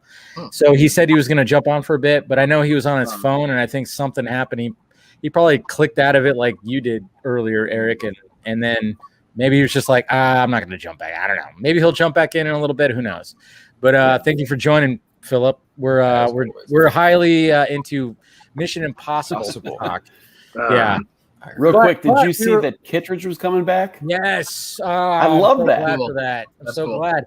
It's coming full circle. That's what I I'm got a talking about. question, Dave. That movie does look. What happened to Top Gun? Oh, that's coming out in December, I think. Yeah. Maverick? Yeah. Yeah, it's about time because I was so impatient about it because I was excited for it to come out last year, but then before the COVID hit. But then, because it was going to come out around the time that my birthday and my dad's birthday were going to come out, and I says, Dad, that's my birthday gift to you. We're going to see Top Gun 2 because Top Gun 1 was his favorite movie for the longest time. So we were excited to see it, and then COVID hit, so we couldn't see it, so they had to reschedule it. Now it's late this year, and for now. Did any of you guys watch Val, the documentary? Val? Awesome, amazing, so good. Highly recommended. Yeah, highly recommended. And video. When they talk, I know, man. And when they talk about the Top Gun thing, Val Kilmer. he was kind of a douche. He was. He talks about how there was when it came to Top Gun, when you saw the different groups, the rivalry in the characters, they had that also they kept that. They were doing that whole thing. Val Kilmer says oh yeah, when it came to the certain guys, they always hung out, and they were still and when it came to Tom Cruise and Anthony Edwards, yeah, they were kind of dicks to him.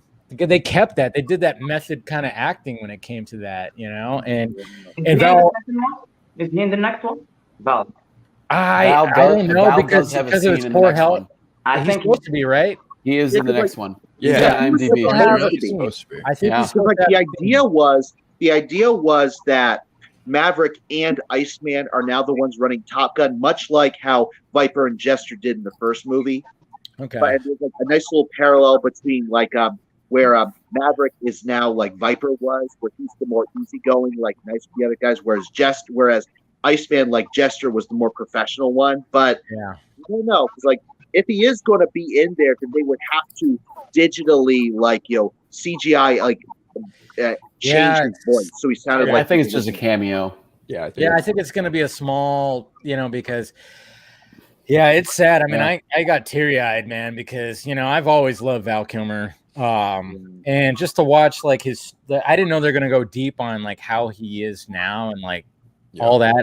When you see him at cons and when he talks about where his life is right now and the struggles that he has to go through, man, I was going, I didn't know it was gonna go this deep. But then of course you love all the footage, and he shows his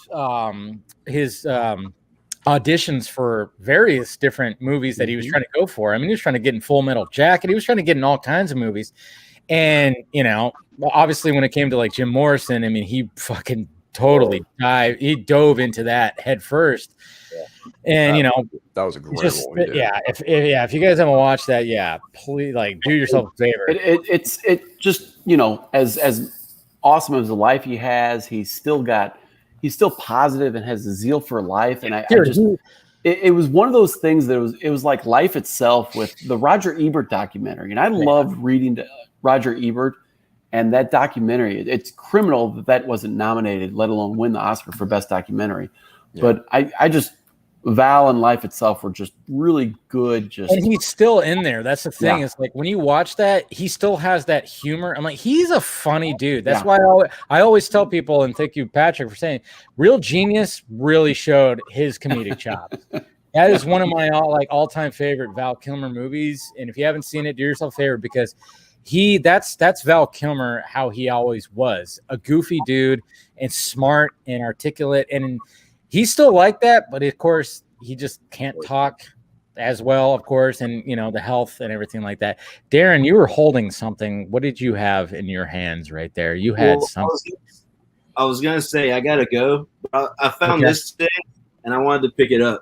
Oh my God! Look at that! You got Batman the Animated Series, McFarlane. Yeah, I've seen those. Look at Carrie. Carrie, I'm with you on this one, Dave. Oh, you got the Flash. That's good. It's the first time. Who knows how many? I don't have something that cool, but yeah, I've been reading this. What's that? Oh yeah, Batman Protocol. There you go. Batman Prodigal. Sorry, I said Protocol. Nightwing takes over, right? Yeah. That is when Dick Grayson dons the cowl right before Troika. So love it. Bruce kind of steps away and lets Dick take over for a while. It's actually Dick and Tim. So it's basically revision for, I screwed up at Night's Fall. Night's Fall, oh, man. Kind of. Yeah. Yeah. Yeah. After John Paul's crazy bout. Yeah. That guy. Anyways, Darren, thank you for joining, man. Appreciate it, man. You know? All right. Okay. We'll talk to you soon. Have a good one, Darren. Appreciate it. See ya. Yeah. Speaking of Val Kilmer, like you brought this up, Dave, how one of his nowadays his underrated films is The Saint, and I really agree with that. Yeah, I love The Saint. Yeah, it really, you know what's film. Yeah, it really shows his range. Skill at acting. Because he can play. He's going undercover with so many different roles, so many different accents, so many different personalities to these characters that's why he took the role. Playing. It's just brilliant. Yeah. Well, I mean, you know, and that's why he took the role, because he was always that's what drew him to that role, is like the fact that he doesn't just get to play one character. He gets to play multiple characters, because that's what the Saint does. Gets in disguises and has to like disguise his voice, put on, whatever costume, whatever, makeup and stuff like that. So he was drawn to that role. And I growing up as a kid, when I was on HBO, I watched it constantly. I love that movie. The Saint, Elizabeth Shue, come on. Elizabeth Shue, come on. Yeah, I love me so. I mean, I've always had a crush on her ever since fucking Karate Kid. Come on, It was a mixed bag, because I didn't like him leaving the Batman role, but it was like that was really did like the Saint. Yeah, I know, but I mean, at the same time, when he talks about the bat, when getting the bat suit was uncomfortable, he could hardly move. He had a good line that said, "Yeah, every young boy wants to be Batman, but not every young boy wants to play him in a movie." And I'm like, yeah. He had that line. And I'm like, it's understandable, because you're in this heavy fucking. I mean, even Ben Affleck had problems with his bat suit, and Bale was the first one that could turn his neck. Yeah. I mean, Christian Bale even had issues with his suit, I would imagine. Of course. I would have to imagine that and the second one too. Yeah. You'd have to imagine Robert Pattinson's suit probably isn't all that comfortable either. Yeah, but probably it's more functional than any of them. Exactly. That's very true. That is very true. I think that's why, like, Matt Reeves is like, all right, we're gonna make this a little bit more comfortable for. I mean, yeah, it's probably gonna still be. I would say that when you look at Pattinson's suit, it's like, yeah, it's probably still a little uncomfortable up here, and the cowl probably like wrapped around your head probably sucks. Yeah. But the pants, like down those are just baggy, like fucking cargo pants. Yeah, exactly. Basically, yeah.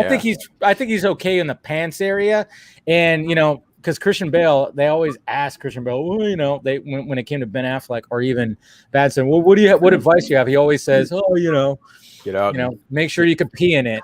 Exactly. Yeah. And I think those pants are easy and just kind of like, yeah, he could just unzip and go. Yeah. And Bale always talked about like how being in the suit would like give him headaches and make him like really like and everything like that, but then he would like use it, and that's where like the more like Batman as a beast come to life. It was informing his performance, and it worked. So no. Yeah, no, sorry, I still have my Bale drops, but yeah, no, he actually said that it would give him like massive, it would give him headaches, but Bale is such a freaking nut, and he's nutty. I mean, let's face it, he'll utilize anything he can to like go into the role, and he just said, you know what, I got headaches doing that, I'm gonna use this for Batman. I mean, I don't know when it came to the voice, I don't know. The most insane is going from The Machinist to Batman Begins. I mean, 100-pound difference is insane. They said on The Machinist he was eating a can of tuna, an apple, and constantly smoking cigarettes to get down. And also drinking black coffee, I think, too. Yeah. That. He also did his transformation into Dick Cheney for Vice was pretty wild, too. Yeah. That was something. Even like when he was like putting on that weight, he even called up Gary Oldman, because around the same time Gary Oldman had been doing he was doing a Winston Churchill, and Churchill of course was like pretty chubby. So he asked Gary Oldman, so how did you handle doing this? and Gary said, "I put on a fat suit." Yeah. It's true. I know. It's like, man, there's just some actors that go like, "Nah, I can't do that. I gotta like he did put on the weight, I guess. Yeah. He put on the weight. I mean, and but going from like what you were saying is like from machine. I mean, I remember I think it was some behind the scenes I think featurette or something for Batman Begins. Even Nolan was like, yeah, I had to literally go to Warner Brothers and sell Christian Bale, who was 121 pounds. Yeah. To Warner Brothers. And it's like, yeah, and then all of a sudden, like in 4 or 5 months, like, and then Christian Bale was like, yeah, I was eating nothing but meat and potatoes, and ice cream. Yeah, and ice cream, and he said he got so big that then all of a sudden, like, he gained 100 pounds, but he was so husky. They were like, all right, now you got to cut, and so he had to like, not only did he had to like gain all that weight back, but then he had to cut it to get like ripped. Yeah. Oh, Jesus Christ, how does that? I mean. Tom Hardy's talked about how like his transformations has fucking messed up his body. Yeah, he went pretty hard for Bane at it. He's as Bane was what Bale probably was when he walked onto the Batman Begins. Probably. It's funny because before Bane, he was more like Tom Hardy was more of like the strong looking but kind of skinnier, like he was in Star Trek Nemesis, then he was in Inception. Warrior. Yeah. And then he's Bane. And then he's Bane, and from that point on, he got Warrior. Been more buff, like a Warrior, buff and then guy. I never saw it, but Bronson was Warrior first. Bronson, he was huge. He was like really big. Bronson, he was huge too. You're right. Yeah, Bronson, he got huge. Was Warrior before Bane? Warrior, I think, was right before Bane. Okay, so he got and then of course, ripped. Yeah, and then of course, Mad Max Fury Road and so on. And then even Venom. I mean, but what's funny about Venom is like he got in shape, but he didn't have any like shirtless scenes, which I respect because it's like, you didn't need it. He wanted to look He wanted to look kind of, Eddie Brock being like, I'm gonna wear hoodies and be all fucked up, and I'm not gonna have like that scene where I gotta like show my abs. It doesn't need to, but it's just that like in the comics, Eddie Brock does like lift weights, and you see in his like apartment. You see in his apartment. You do see that. Yeah.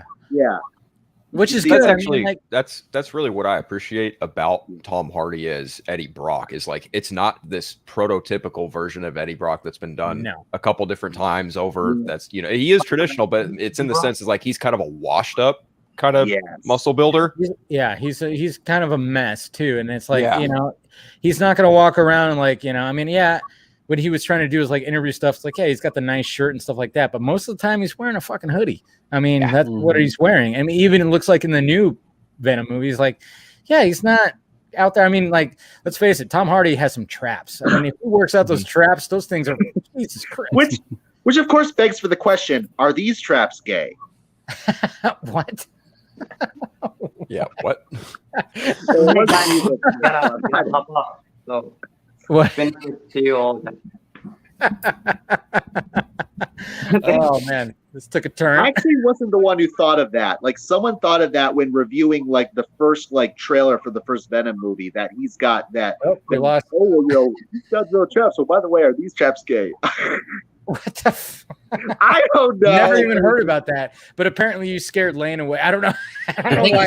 Lane started to say he needed to go, but is that what he said? Yeah, okay. He said he was. So okay, he jumped out. Sorry. Okay, Lane, thank you for joining. Right. Appreciate that. I know he lives in Morocco. Yeah, he lives in Morocco. Yeah, so he's on that side of the world. So, but thank you, Lane, for showing up. Always a cool dude, and thank you for the question last night. But when it comes to body transformations, man, I mean, those two, Tom Hardy. Well, I mean, I would say Christian Bale is like he leads it. Well, now even with like Love and Thunder, he's got a. Oh my God, dude! I mean, like when you saw those, no CGI for him. I know. That's why I made that joke. I was like, of course he's not going to be no. I mean, I'm surprised when he did the Mowgli movie, like he didn't try to turn himself. Yeah. Because he was Shere Khan, wasn't he? Yeah, but they did. It was complete mocap, which is like, you can't go there. Oh yeah, Jared Leto. I mean, Jared Leto. You see him in a House of Gucci. Like it was funny because when I went and saw Free Guy, He disappears into that role, dude.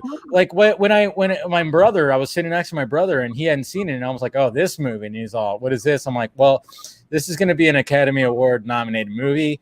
Yeah. I guarantee you, there's going to be an actor you're not going to recognize." And he goes, "Who?" And I'm like, "Well, I won't tell you." And he goes, "What? Adam Driver?" I'm like, "Well, you recognized him. Shut up." and then I'm all, "That guy." And he goes, "Yeah, who is that?" And then when I was like, "You'll see." And then they showed him with, "What the fuck?" And I was like, "Yeah." I'm like, "That's Jared Leto, dude."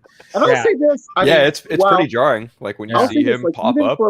Even for Lady Gaga, I mean, if you look hard at her, you can say, yeah, that's Lady Gaga. But even then, she doesn't quite. But then Lady Gaga, you could see it's her.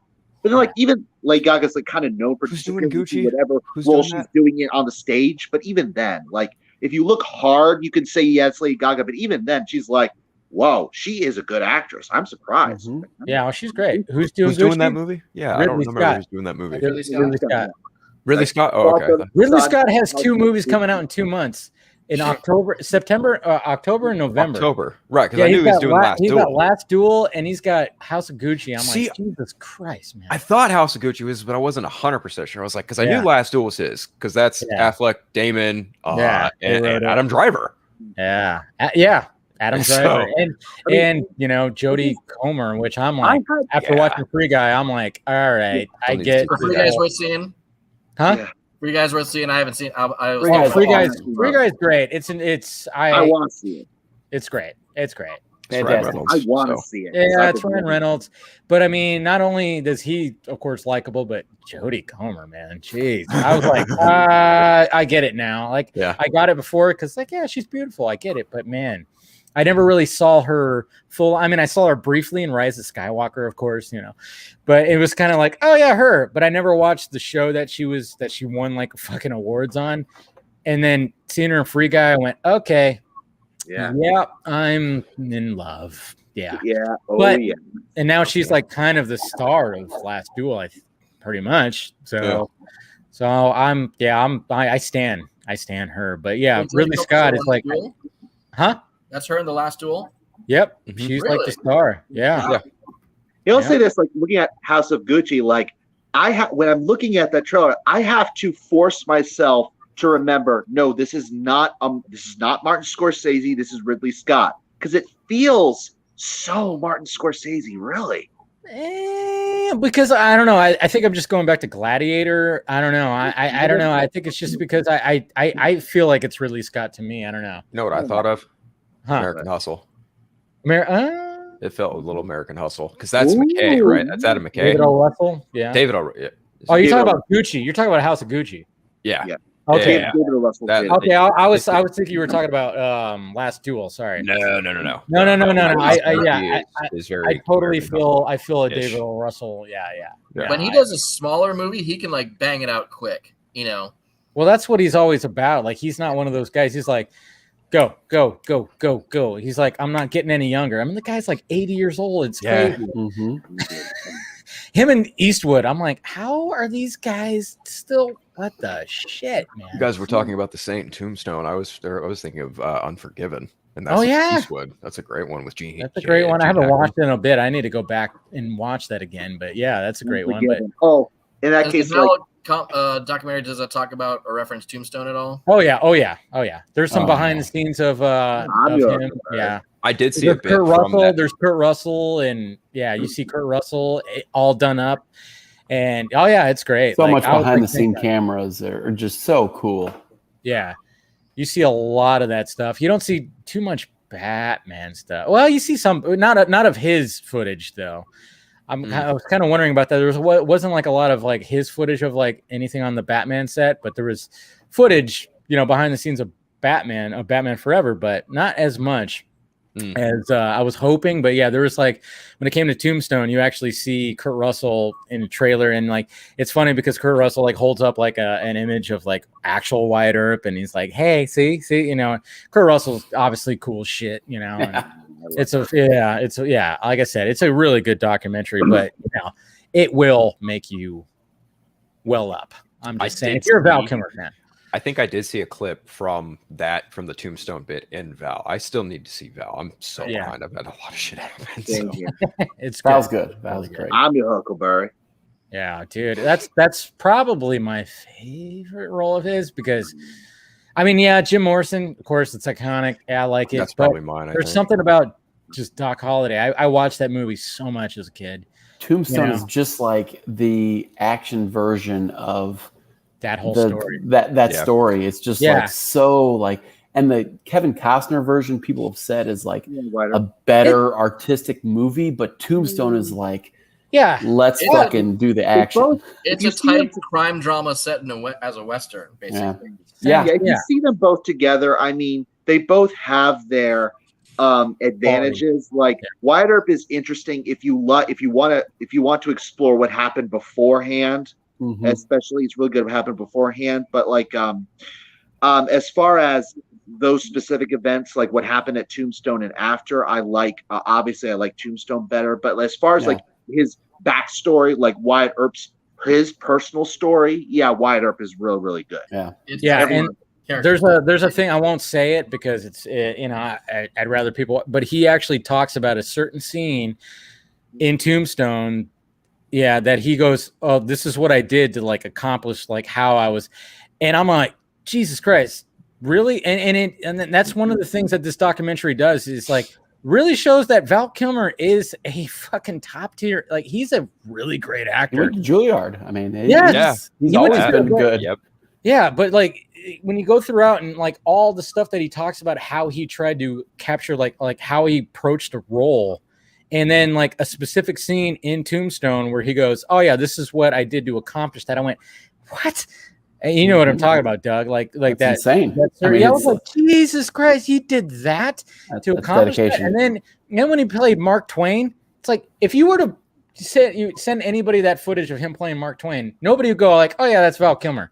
Nobody would say that because it doesn't sound like Val Kilmer, doesn't look like Val Kilmer. It's insane. Well, again, like the Saint showed showed how great he was, how much he could disappear. Yeah. People need to watch the Saint and watch Val. That's pretty much what we're saying here. But also, obviously, we want to talk about what happened yesterday. 400 on Amazon, though, right? Awesome. Watch it on Amazon. So, anyways, released the air cut. Let's talk a little bit more about that. Philip, do you want to say about the Suicide Squad or anything? Oh yeah, that's right. I forgot to ask Philip about your. We were talking about that earlier when. Sure, I was making the rounds. I forgot that we didn't get to you yet. James Gunn's The Suicide Squad. So I think I'm probably just going to echo what I've been saying, over the last couple of weeks. I saw it a whole week before it even premiered, and it was fun. As fun as it could have gotten. The humor just didn't land for me, man. I wasn't too huge on Peacemaker. I think Peacemaker's just not a character for me. Other than that, Bloodsport, Ratcatcher, Polka Dot Man, MVPs for sure. Wasn't a fan of the fact Rick Flag died, and I think Amanda Waller's third act was just a little soft. Her like the way they portrayed her and her people, it just felt like it was just kind of soft in comparison to a lot of other incarnations. Well, it's it's funny you brought up about Peacemaker. I could not help but think, and this was from the moment I started seeing any of the marketing, is look, if you know anything about the history of Watchmen, how Alan Moore he made sure, like the original idea was he was originally hired by a comics that would bring in the Charlton Comics characters, and that was like Blue Beetle, Question, Captain Atom, and so on. But then, like the storyline he came up with, where some of the characters are killed off, some of them are morally ambiguous, and like you can't do this to these characters that we're bringing in. It's like, okay, you got a great story, so why don't you just make new characters? This is okay. So he made characters that are based off,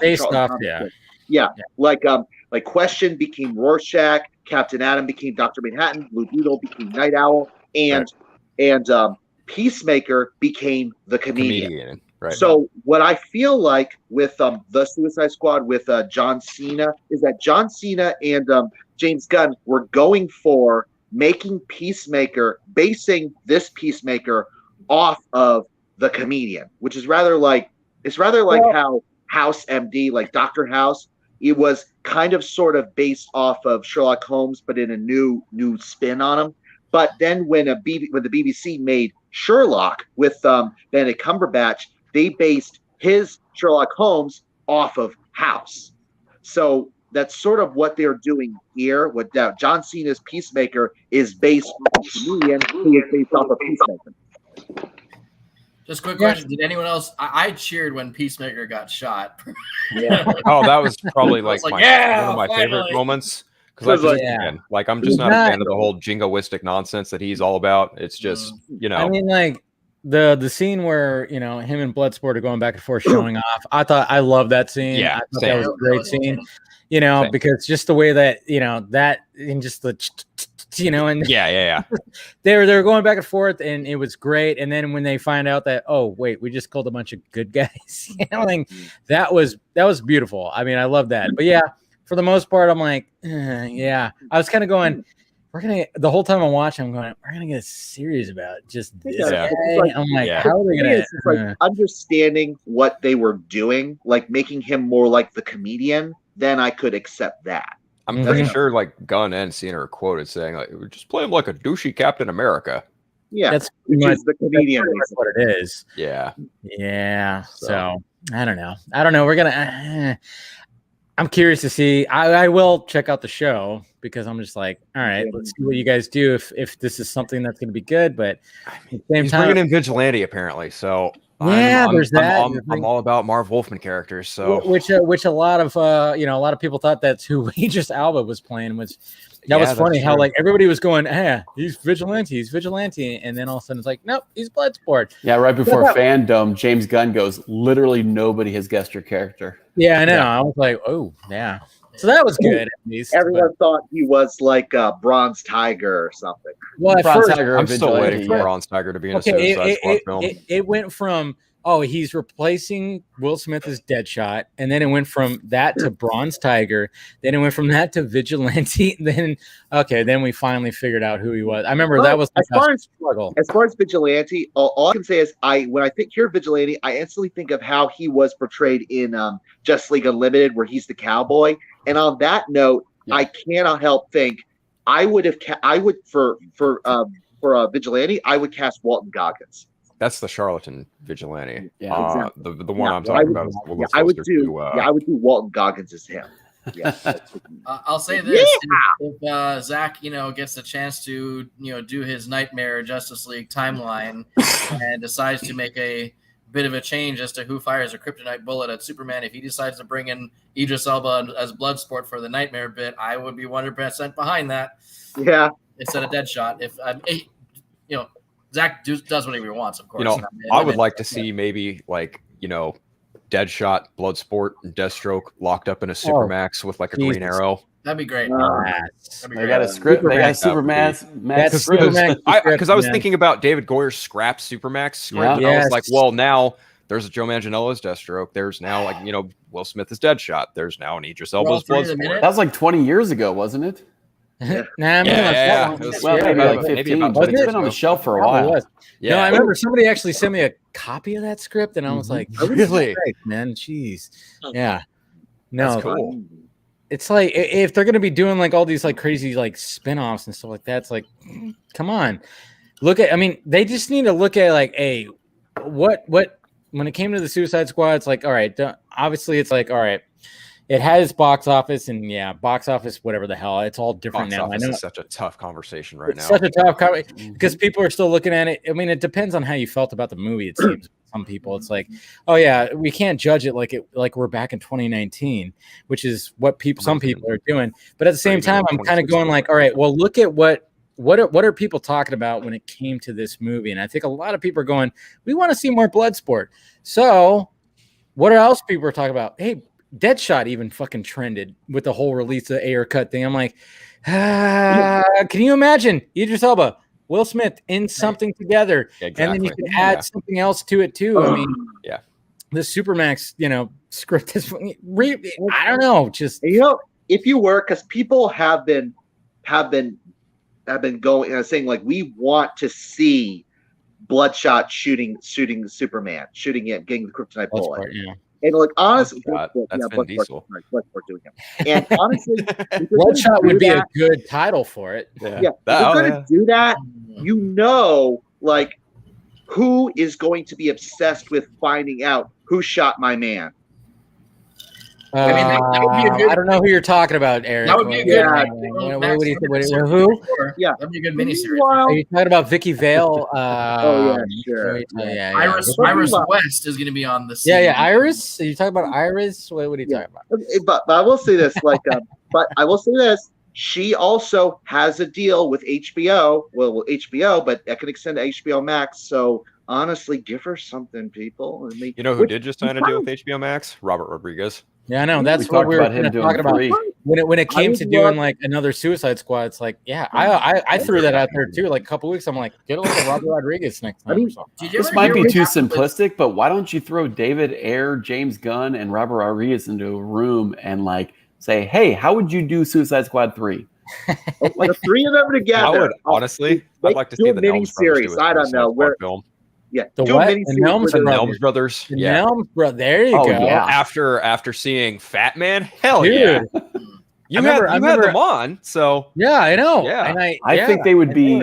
I think they would be more in line, like with one offbeat character. But I agree with your sentimentality. Like that would be. I think they've got a good vibe for a comic book movie. Yeah. Obviously, I still am extremely that's what curious. Fat Man was. Yeah, exactly. Yeah, there's a cool take on a guy that's been taken on thousands of times. Yeah. Exactly. What were you gonna say, Kerry? What happened to that Gavin O'Connor script that he was working on? Like after I was walked out disappointed, I was like, "Damn it! I want the Gavin O'Connor Suicide Squad sequel now." I heard a couple different. Wasn't Black Adam the villain in that script? Yeah. Well, there was rumors that they were going to recover Black Adam's like mummified body or something like that. So I wonder if like maybe part of the reason maybe that didn't happen was because of The Rock's schedule potentially, but I don't know because they never were like specific on what O'Connor's version of that movie was going to be. And then I even heard that, you know, because Birds of Prey was similar, that is also another reason that it didn't happen. But I'm just like, well, if it's similar to Birds of Prey, then how did Black Adam factor into that at all? That's the question. Obviously, there were some intersections with Deathstroke and Black Adam. Will it be consistent with the Black Adam film that The Rock is doing? Because if it is, they can make it. If it's not, then that's why they got rid of it. Yeah, it's all very interesting because, like, I mean, when the first like Suicide Squad Rebirth, they were going after Zod. That was a crazy fucking, and it was just like, yeah, you can actually accomplish having the Suicide Squad going after one of these crazy, obviously, you know, if it's done right, you know. That one of the things that I didn't like about, I mean, but obviously that was the theatrical. It's just the fact that it was like, all right, you got this paranormal shit that's happening. They're going to like save the world. And of course, a lot of people are like, well, where's the Justice League? Where's all this? Where's that? You know, there's always like that. And I'm just kind of wondering, I'm like, did David Ayer originally want it to be a little bit more subtle, not like have it where it's like, oh yeah, we're going to have this footage and this, that. I don't know. That's what I'm kind of, I mean, one of the other reasons why, obviously, I want to see David Ayer's Suicide Squad, but I just kind of want to like, did he have it a little bit more contained, you know, as opposed to just be like, oh yeah, they're gonna save, you know, full on, yeah, they're gonna save the world, but is it gonna be like displayed? I don't know. There's just a lot of things. It's not gonna be like the Enchantress having to create a machine to just. I mean, maybe I could be wrong, but like, you know, create. Well, there's definitely more Joker that's in like villainy. That's the thing. It's like I want to know what he had, because there's like when we saw yesterday when they were posting like some of those, I mean, yeah, Joker was like there, he was present in that final act of like, you know, he had like the burnt face, he had the grenade. What is happening when it comes to him, when it comes to all that? That's, you know, and then of course it also sounds Diablo, like Katana beheaded the incubus. Yeah, she like fucking full on like, and and you got oh man, what was I gonna say? We got that, and then of course Deadshot and Harley Kiss, and there was something else too that I'm just drawing a blank on it now, but I mean, God. Yeah, I think that there's more of the Joker, and he's like being like, I have to do everything for you, and like, he's being more that toxic relationship. There was there's a scene that they showed yesterday that from the script yesterday where like, yes, Joker's there, and she's like, and goes like, after all the stuff that I have to do for you, and then she walks right up to him and leans over to him and whispers, "Don't embarrass me in front of my friend." That's right. Yep. And then he just backs off. He's like, "Whoa, God damn it!" And then of course Diablo lives. Yeah. Also, that's what I was like trying to remember. Is like, we actually see that in the first trailer too. That's what's funny. It's like when he's in that cell, that's his new cell where he's kind of like, and he's got the match, and he's like, he's finally like almost at peace of like what happened, and he's in his cell, and apparently there's, pictures, candles, and whatever the hell, and so there's that too, where Diablo actually lives, and he doesn't just turn into his thing and then dies like he did in the movie. So that's going to be interesting to see as well. There's also a sequence with Killer Croc and Deadshot that was completely taken out in favor of BET. And God, man. Oh man. I get it. Killer Croc is black. You make him make it funny. Killer.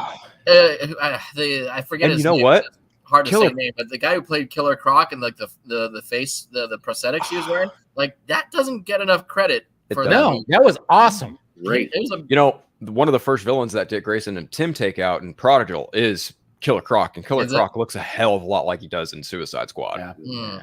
So it's. I'll say this. Hey, they won an Academy Award for makeup. Yeah, they did. Yeah. The funny thing is, like, the Academy Awards winning Suicide Squad. The thing is, like, I saw Suicide Squad before I started seeing, like, the Batman the Animated Series in full, but I saw it because HBO Max was like, okay, I'm going to finally watch this front to back. And the Killer Croc in Suicide Squad, I was like, oh, this guy is so freaking cool. And then I see him in Batman Animated Series, and I was like, this guy's a dude. I threw a rock at him. Yeah, I threw a rock at him. Yeah. Great episode, though. That is a great episode. Even though that technically wasn't, if you watch the episode, technically wasn't him. When you watch him, well, I mean, that's what's funny is like the first time I got pretty much introduced to that character was the animated series, and then you see like the different iterations, like when you see him in the comic books and stuff like that. And then when it came to the Suicide Squad, I was like, how are they going to do Killer Croc? And I thought. I love this Killer Croc. I thought the prosthetic. I thought the makeup. I'm like, don't make him like this big huge thing where he has kind of like that snout a little bit. I actually dug the fact that they didn't go that route. I mean, even when you played the Arkham games, and he was like this huge fucking. God, I hated that level. God, that first Arkham game. My God. That first Arkham game in the sewer. Yes. Dude, you're like, it's so quiet. You're walking around with the battering out. You're trying to find like the poison ivy, the little sacks. And then all of a sudden it's quiet. And then all of a sudden you hear splash in the music. You're like, where is he? You're just throwing batarangs everywhere. Like, what the fuck? And I'm like, God, I hated that level. I hated that level. Yeah, this feels like Killer Croc. He is my favorite character in the original Suicide Squad film. So I agree with that. He was pretty good, except for the BET part. Was like, dude, he was dumb.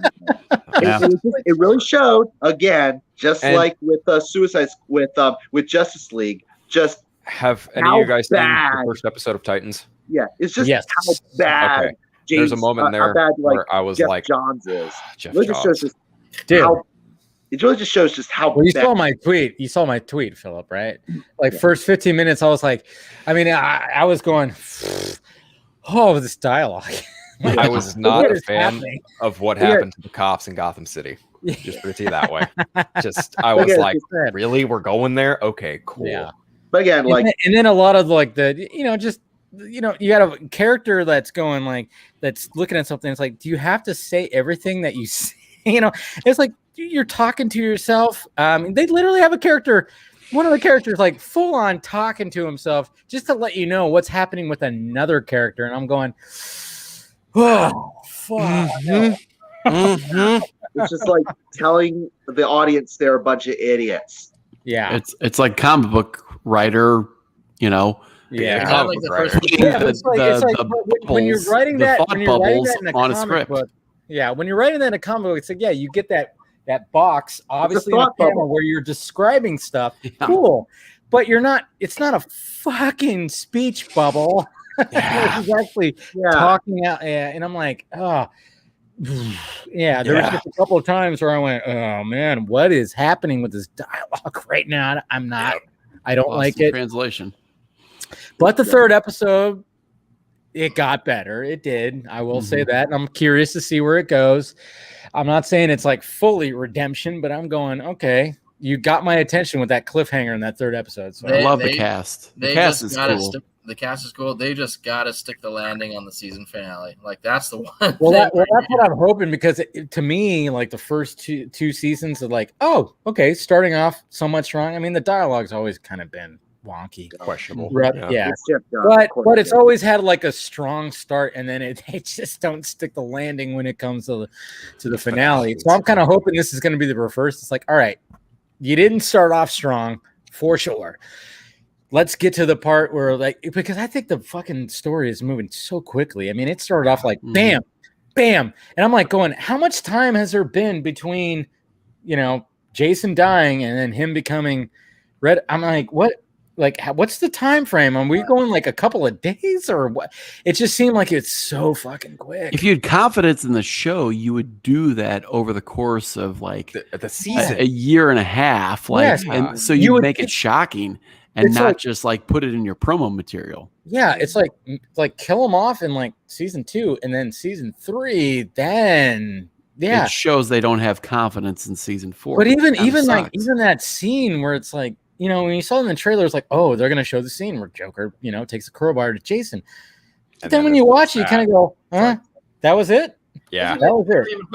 What's really disheartening about that is like they really went and bothered putting someone in Joker makeup, but didn't bother giving him the chance to do anything with the role. It's like you went really hard at not showing this Joker. You heard him laugh, you saw the back of him, and you saw his shoes. It's like you got another Batman. Like, there's nobody's gonna have a problem with another Joker. Like, just and that's another thing. Like, they have a Batcave without a bat suit present at all. Batwoman has one.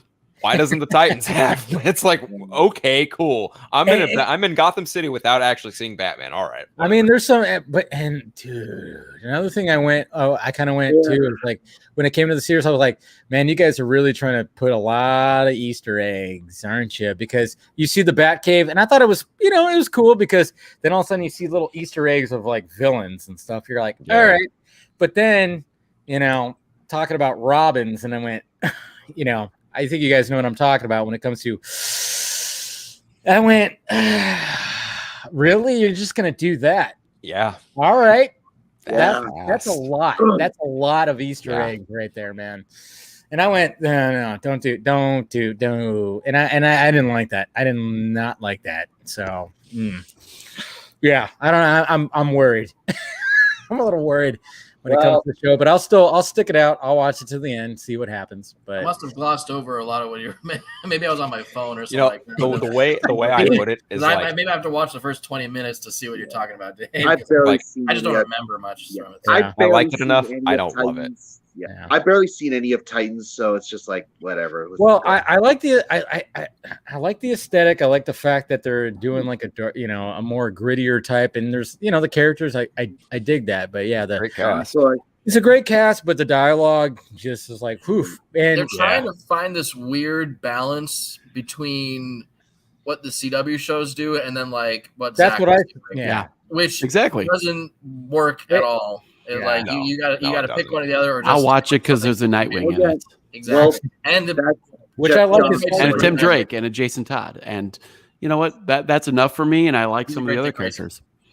Yeah, I mean, the introduction to Tim Drake was I was like, all right, but it's brief for the first 3 episodes, and I'm like, all right, let's see what happens when that comes around. Yeah, I mean, obviously, but what they're doing, what they did with Bruce Wayne, I went, okay, interesting, and really weird. Let's see where that goes because, wow.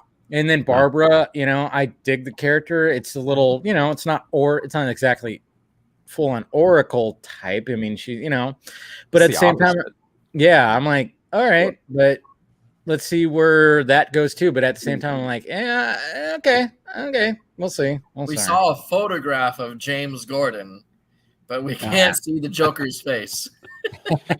You know, it's like they're still operate like in some ways they think they're still operating under the same rules that Smallville was. It's like you can't do Bruce Wayne, which sucked because that deprived us of a Bruce Wayne Smallville like type show. Didn't even introduce Bruce Wayne until Smallville had a comic book run. So. Right. And because they couldn't do it. They were told they couldn't. They had a whole pitch for a Bruce Wayne, pre-Batman show, and they were told you can't do it. Yeah. Wow. Stupid. That's ridiculous. It's crazy, but yeah, we'll see what happens with it. Like I said, I'll stick it out. I mean, I like the Nightwing, stuff, the fight. Cool. I like when he was like kicking some ass. Sure. Kind of fine. But at the same time, Dave, real quick, Long Halloween. I haven't heard anything from you about that. Asked about that. I have yet to watch part 2. I just watched part 2 not too long ago, a couple days ago. Okay, I'm gonna watch part. I was like, I totally forgot to put that on my list of things to do today. I watched part 1, liked it. I dug it. I dug the animation. I dug what they were trying to do with it. I was like, okay. I mean, I was always when I watched the trailers, I kind of went, all right. I'm digging what they're doing here. I think it's just because when I read the book and I see that the way it's drawn, I was kind of like, man, I wish it was more of that style. But at the same time, I'm okay with it. But I think like what they're doing with it, and I know they're probably going to change some things up when it comes to the book, like they've done before. Hush. And I'm kind of worried about that. Yeah, that's the thing. That's the only one. No spoilers about Long Halloween. I liked it, but it's crazy because Batman Hush, written by the same guy, was so awful as the movie, and I really did like Long Halloween. It's just good. Weird, so weird. So hopefully, I still am not sold on that animation style in general, but it seems to work better in like the noir. Carrie, I totally agree with you because sometimes it looks. We all love Batman the Animated Series, and we grew up on that stuff. And some shots look amazing, and then some shots look like it's straight from Archer. It's like the side profile shots, like the really heavy lines on the faces, which is it is what it is. But it's like, I know exactly what you're saying. But some of the background stuff looks really good and. It's kind of a weird experience, but it is what it is.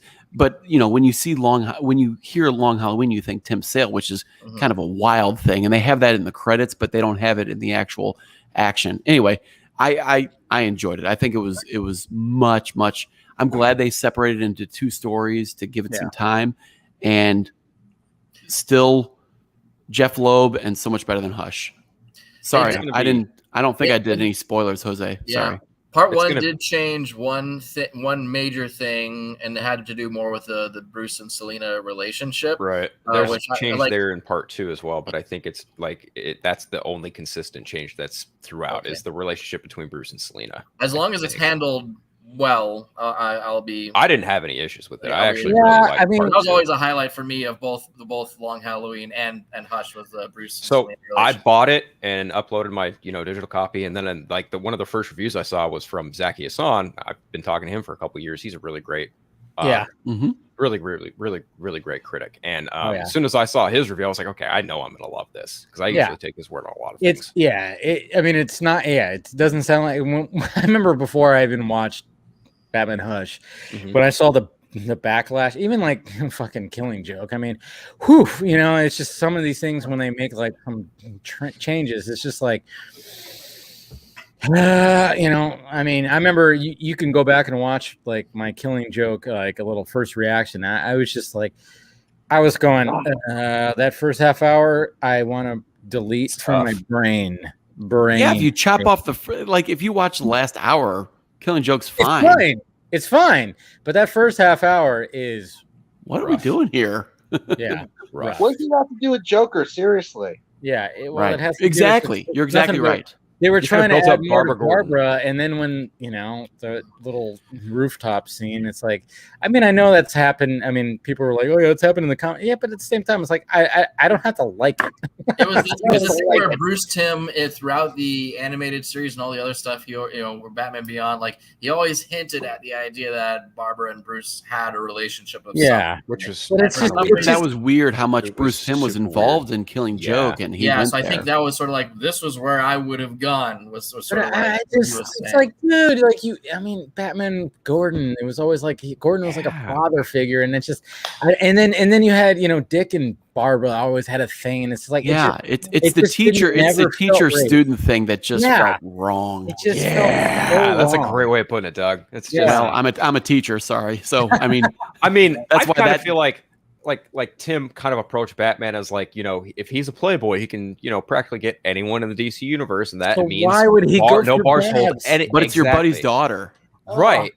It's still messed up, but it's like, it's so wrong. It's wrong. It's in my mind, like, sure, like Batman could get anyone in the DCU, but as far as the Bat family's concerned, off limits. And it just sucked because it was Killing Joke, it was Alan Moore, it was Kevin Conroy and Mark Hamill. Yes. So that's why it's like just delete that first half hour and we're okay. Like the rest of it is fine, but that first half hour is like for us Batman fans, traumatizing. Almost like, and again, that first half hour has nothing to do at all with the rest of the film. The whole story. There's no Joker in there. Like, just if you want to flesh it out a little bit more, do a little Joker. A Joker Arkham Asylum, Batgirl, something. Have Bruce and Barbara be the ones that arrested him and put him in Arkham. Yes. Yeah. See, it's like I get what they were trying to do is like add more weight to Barbara. So when she does get shot, and what happens is like it adds more weight to it. I get it, but don't do it like that. Jesus, there's better ways to do it, and I think there were you have Bruce and Barbara take the Joker into the Arkham. That on a caper. That's it. I mean, that's all you got to do. Something like that. A team up, and like the fact that she got an attaboy or an attagirl from fucking Batman. It's like, as opposed to getting the D, literal, literal, yeah. Well, I'll tell you this: you don't get any of that BS with me and like the crew that I'm a part of now when we're doing our motion comic. Shameless plug. Oh, that's right. You're doing a motion comic. Yes. Hopefully better managed than the last one. Oh yes, and in fact, a lot of like the crew that was actually doing the work of the trying to put together the old motion comic, they were the ones that were like left to dry when a light cast was like doing his thing and like trying to get away from it. Yeah, look. Oh yeah, when he pretty much did like I said last night, it's like he just typed in his name and dived, like Lucius Fox, and just burned everything down.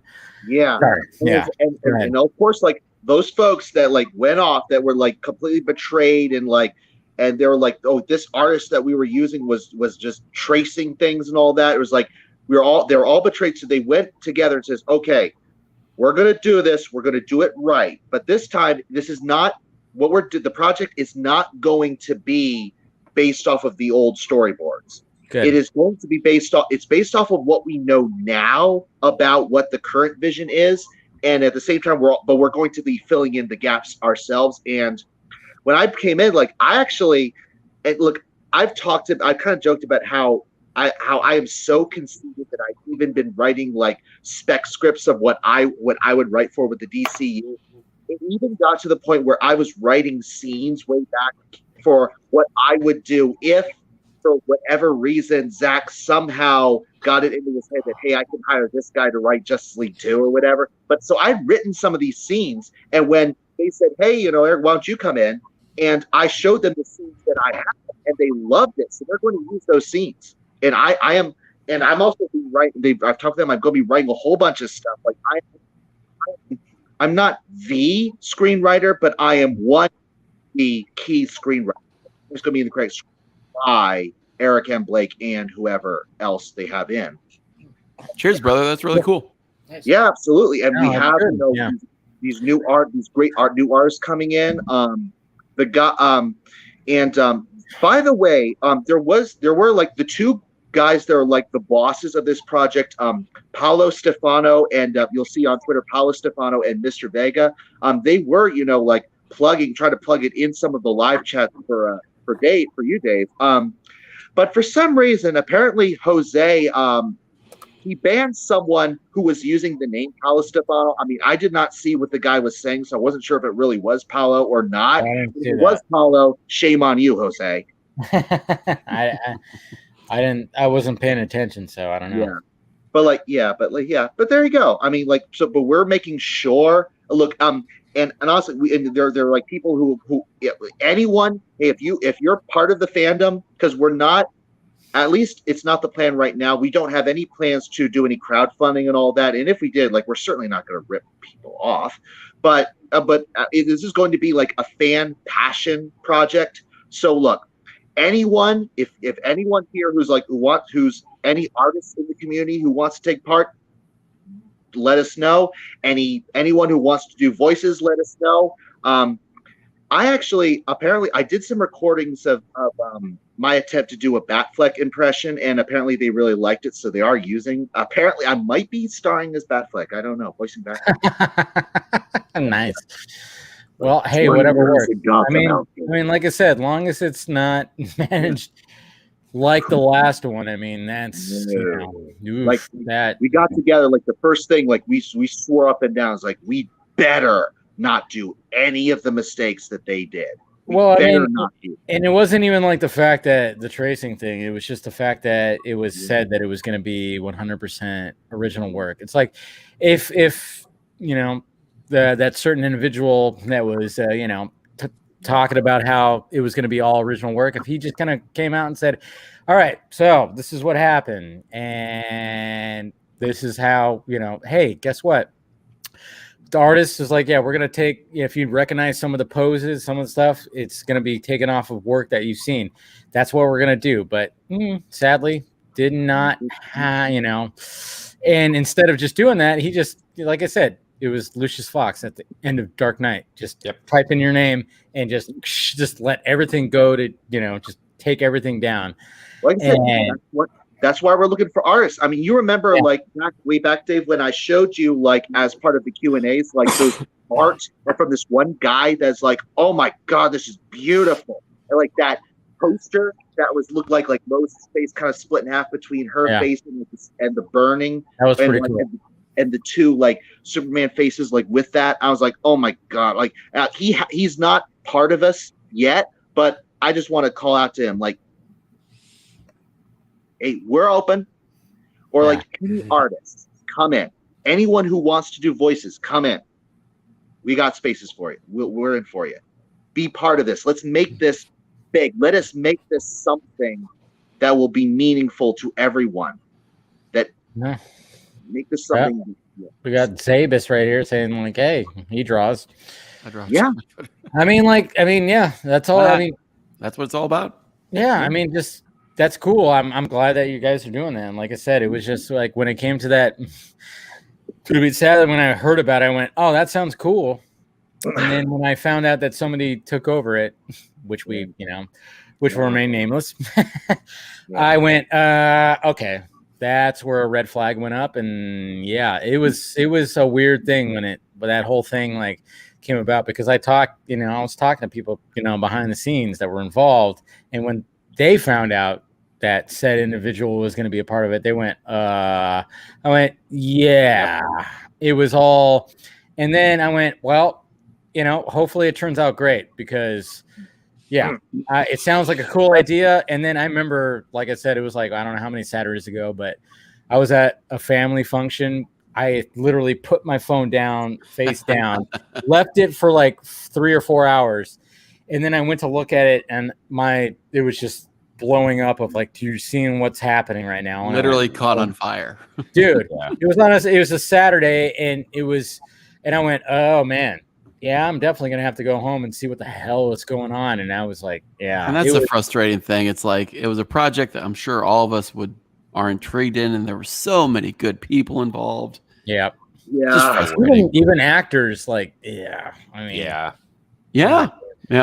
Anyway, Really unfortunate. Yeah, it's just it's sad that happened, but and then all it needed was just like, hey, this is what's going on, and blah blah blah. Open blah, and blah, honest. But at the same, the certain egos just didn't want to do that, and they just decided I'm just gonna fucking just take everything down. It was such a weird thing, and then of course when anybody commented about it, like me, they tried to hey, I'm gonna put a complaint on you or threaten this, threaten that, and guess what? My video's still up. Screw him. This is where, Dave, I really give you a lot of credit on things because. Thank you, man. Like, well, not just that, but there's a Twitter handle right there, Eric. Sorry. Absolutely. Yeah. So if you want to hit up that guy, apparently he draws. Yeah. Absolutely.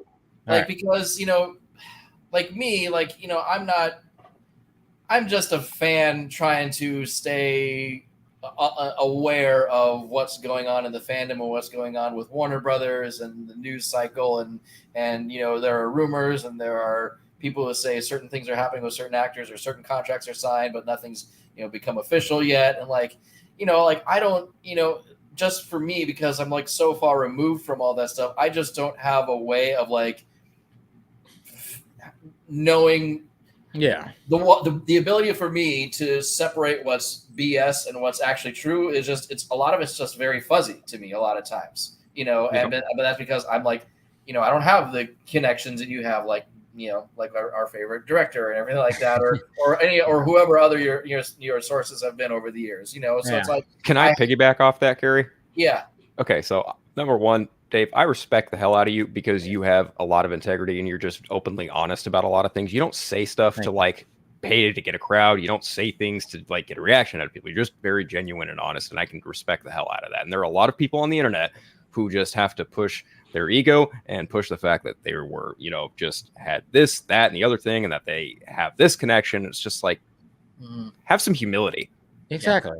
That's what I've always tried to like, get out there. It's like, I could go and I follow people. I follow a bunch of people, whatever the hell. And I see how people like, oh, all right, they go on this side of this argument hard or this side really hard. And I'm like, yeah, but I'm kind of like, I'm in the middle when it comes to certain, like a lot of things. And I try to be like, let's be neutral about a lot of things, because I always hated when people go really strong, like when they went really strong at Kevin Smith when it came to He-Man, that kind of stuff. But I was like, I watched it. I kind of enjoyed it. I could see the complaints, but at the same time, I'm like, what the hell's going on here? Like, like stuff like that. And I'm like, yeah, I could take the approach of going really hard and be like, Kevin Smith lied to us and this, and then try to get that viewership because, yeah, that works. But at the same time, I'm like, yeah, but that's not how I feel about it. It's literally in everything that we do. I mean, you talk about any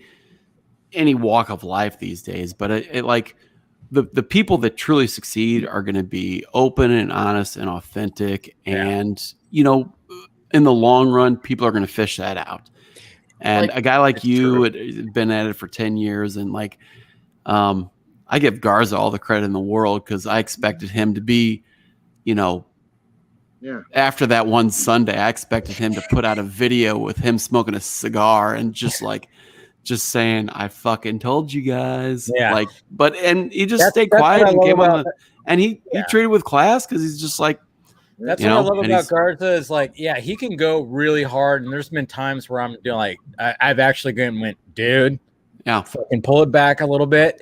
Mm-hmm. But, and I think he's, when it comes to a lot of that, he's gotten like what he said last night. He goes, I didn't have to do anything. It's like, we knew about these guys that they were all bullshit. And then you guys saw a lot of the stuff behind the scenes, and Colbert is like, that's the thing. Like, that's the only thing that Steven said was like, that's the thing with a narcissist. You just need to get out of the way. Exactly. Even going back a few years, like, I mean, and Eric will remember this, going back to 2018. So 2018 and 2019 Comic-Con, like, there was a group of people in 2018 that were saying, oh, Zack's going to appear in Hall H and announce the Snyder Cut. And I think Fiona was maybe one of the ones people saying that too. And you were like, I'm not hearing that. And I got fucking berated. And I'm like, here I am. I'm like, I'm just a fan. I listen to Dave's show. I listen to Chris. I'm trying to be hopeful. Yeah. Fiona has a contact with Zach. I don't know who's right. Like, dude, that was a weird moment because I was going. I kept hearing that. Yeah. And then Eric brought me on for Project Comic-Con with 2019, and Nerd Queens are there and everything like that. And the stuff they did was fantastic for that. But then there were members of that team, both, on the ground team, but also like in the planning, more in the planning stages of it, but like who were like, oh, don't listen to Dave. Don't listen to Colbert. He's a narcissist.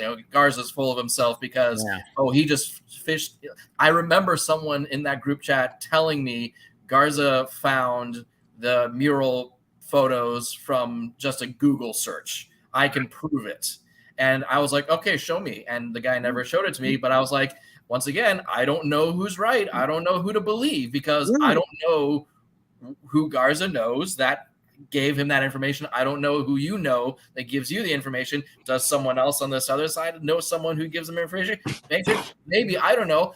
I'm just trying to enjoy this stuff, but that Project Comic-Con was a situation where I felt like I was kind of stuck in the middle of like, I think I remember you hitting me up too, and being like, I don't know what's to what, and I was just like, dude, I think Dave is more right than not, but I can't. There was one that was tricky because like Zach was on Coronado Island, and it's like, oh my god, he's like right there. See, that's was that 19 or 18? That's what totally like that's why like a bunch of people came after me when I said I don't think there's any correlation here, guys, because I went to my source that was my connection to Zach, and I went, is something happening? And went and he went, no, I think they're just on vacation. And I went, oh boy. He's not on vacation on Coronado Island. He's like, no, it's like literally across the water.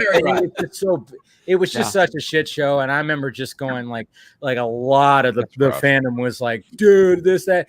And then nothing happened. And I went, what do you want? I mean, and I'll tell you, like, and thank you for bringing it up, Carrie. Like, look, he was like stuck in the middle, and honestly, I was trying my darndest, and like this is one of those instances where the project looks beautiful on the outside because what we're providing is beautiful, but behind the scenes, like, you do not want to know how sausage is made, and there was so much dust ups happening behind the scenes in the group chats and all that, and I was trying my best, like, guys, focus. I think I was talking to you too during that time. Enough with the infighting, and these people were lashing out at me, and I was trying to tell, and what happened, and then of course at the very end, like after all was said and done, this new group was being formed, and I was not, and they were doing the new stuff. I was not kicked out of that of the Project Comic-Con group chat because I created it, but then they created this new one, and then what happened was in the aftermath, these people, a certain duet started lashing out at me, saying that it was my fault that there was all the dust ups happened, even though no, the dust ups were because all this hatred towards Dave and Garza and so on, and I was telling everyone to knock it off, and yet they're blaming me for all the conflicts and struggles that was going on behind the scenes. It's because they associate, because you had been, in the lead up to Project Comic-Con, you were going on Dave's show to talk about it and Chris's show to talk about it and promote it and get the word about it, but the GoFundMe and everything like that. At that time, everyone was very, most people in that group, in that chat, were really clear about what the agenda was. Yes. But then like later on, egos flared up and was like, well, who's really in, who put this person in charge? Who put that person in charge? It's like, guys, like, we're all trying to contribute to this. Like, we're all trying to make the best out of this. We're all trying, and there's a ton of great things that, the results of Project Comic-Con speak for themselves in the best way possible. Like that's the reality. Like everything that we set out to do was accomplished exceedingly well, and a lot of people put a lot of good hard work into. The people that research things like the bus ads or how to get an ad in in one of the magazine ads or the billboard and stuff like that. Like, people had to make phone calls, take time out of their workday, make emails to people, and like research all that stuff. And so that's a ton of groundwork that you don't realize it goes on. You know, and what's funny is like I always praise that, even though like certain individuals that were involved do not like me. And I always said, and I even did videos about it. I was like, hey, this is cool. Look at this. No matter what, I was always trying to do that. And then I think when it came to New York Comic Con, and after what happened with San Diego Comic Con, I was like, I chose not to be like, whatever they're doing in here, I'm not gonna be involved because these guys are just totally, and I chose not to do that. That's what he did after the Maruni, so yeah. There's people who still who I remember responding to someone talking about something completely different on Twitter, and then they came back to me like, well, you were the one who, said that Colbert was part of the movement from the beginning. I'm like, well, I mean, I know Colbert doesn't think that about himself, but like he was one of the few journalists writing about the Snyder Cut from the beginning. If anything, that means he had a voice. You can go back to our DM. Our first DM was like right after we both saw it, and he even posted it. I think like when Zack Snyder's Justice League came out. Our first DM, I literally was like, "Did that feel like a Snyder movie to you?" And he went, and nope. There are still people out there who are like, don't want to give you or Colbert or anybody any credit whatsoever to the way you guys had your voices in the everything with the Snyder Cut. And it's funny, it's like it's not like we were ignoring facts, and it's not like we were trying to get it. We were just trying to get as much information out there as possible. That's the thing. And guess who shows up on your streams or Garza's stream now? Like, you get the man to show up, and he's not showing up on their streams on their shows. Exactly. Well, that's the thing is like some of these guys don't realize is like Snyder had his guys that went out and went out into the world. Like Snyder wasn't going to do it, but he had his guys. He had his guys go out and be like, who can help with this, who can do this, who can that. And that's why like a week after, I'm not even a week, this individual hit me up and I was like, nah, this is bullshit. Some MCU fucking, fanboy that's trying to fuck with me right now. That's what it is. I vetted him for a while, and it was only until, and I said this many times, it was only until he asked me like, what's your bureau? I was like, well, it's just my name, David Pena. And 20 minutes later, all of a sudden I get a notification that says Zack Snyder wants to connect with you. I went, okay. So this guy's legit. I thought he was. I was like, I was wondering. I'm not sure. And there you go. And it was like it was 100. And I went, okay. So then I started asking a million questions and going, what the hell, man? So yeah. So all I'm really trying to say in complimenting you is that like. I really appreciate the steps you've taken and the stance you've always sort of had. The proof has basically been in the pudding so far. And so when the more recent dust up with the whole failed motion comic thing happened, I was kind of like, well, it keeps becoming clear that like you and Colbert and whatnot are like the more trustworthy ones, not to say that other people aren't trying to do good things, because there are, but like, or that there wasn't good intentions behind it or anything like that. But, as far as content creation goes, I've been doing a podcast for the last 2 years and I just started 2 more, but just on the whole, as content creation goes, like what you do is just very inspiring and earnest. And I again, just respect the absolute hell of that. So thank you for always just being positive and being just who you are. Greatly. No, I appreciate that, man. That's what it was always about. It's just, hey, let's just talk movies. Let's just talk what the stuff that we like, I do that's like what your rants too, about. Dave. Huh? I do like your rants too. Oh yeah. I'll rant off. No, trust me. I love a good rant off. Trust me. I had a recent one about the Terminator franchise where I was like, come on. They're doing a series, I think. Mattson Tomlin and I think Galen Hurd are doing some kind of series. So there's something that's happening, and I'm just like, come on, just don't recycle the same story, please. We're tired of the same story. Jesus Christ. But no, and I like ranting off. Like if I feel serious about something, cool. But at the same time, when it comes to like when new players come involved, come into the fandom and start saying that they have the in on certain things, I'm gonna scratch my head and be like, do you really? And when these certain individuals did come about, and I saw the manipulation, I saw we all saw Colbert, Garza, we all saw all this stuff, and I saw firsthand because, certain individual tried it with me so much. I went on Lightcast. I did. I gave me an invite and I went, okay. But at the same time, if you watch that interview, there's a lot of times where I'm kind of like, I cross my arms and I'm like, just kind of defensive, like, where's this going to go? And then it was funny too, because on my laptop, I hit the record button just to see, like, I was like, what is this guy going to try to pull? And I hit the record button and recorded the entire thing. Just to be like, it, right? Yeah. Edited it, yeah. Yeah, just in case, I was covering my ass because I did not trust him. And he tried to, of course, he did the whole thing where it's like he was trying to prove to me that Sam Benjamin, good old Sam Ben. And I feel bad. I feel bad for Sam Benjamin because he's a nice guy. He's just trying to, be successful and progress his career. And these guys, yeah. Wasn't it so did the actor that was in a BVS that was running the drones, right? Or at least Dan Ambor. Yeah. And I always would say that. I'm like, there's nothing wrong with leaning into it. They leaned into it. Fine. If people think that you're Green Lantern, lean into it. That's perfectly fine. It is Green Lantern. These guys put in a green heart.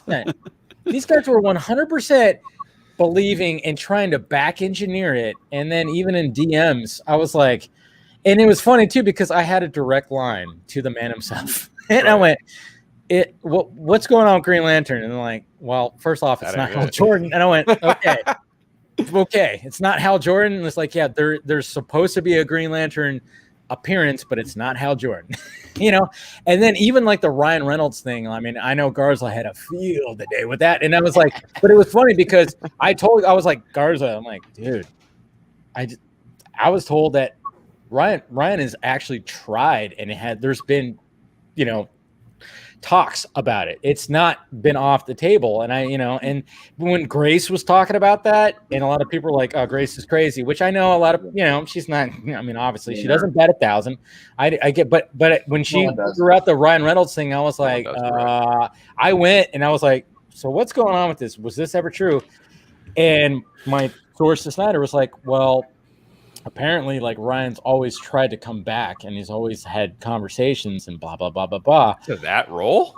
To Green Lantern. Yeah. He's always wanted to give it another shot. He's always just like, I think it's just because it was such a shit show that he was like, well, he signed on for the script that Guggenheim and Berlanti, Guggenheim and Berlanti script before Martin Campbell came in and took over. Exactly. I mean, I think it was just such a shit show that maybe that's just one of those things where he goes, I need a redemption. I don't know. I never know the logistics.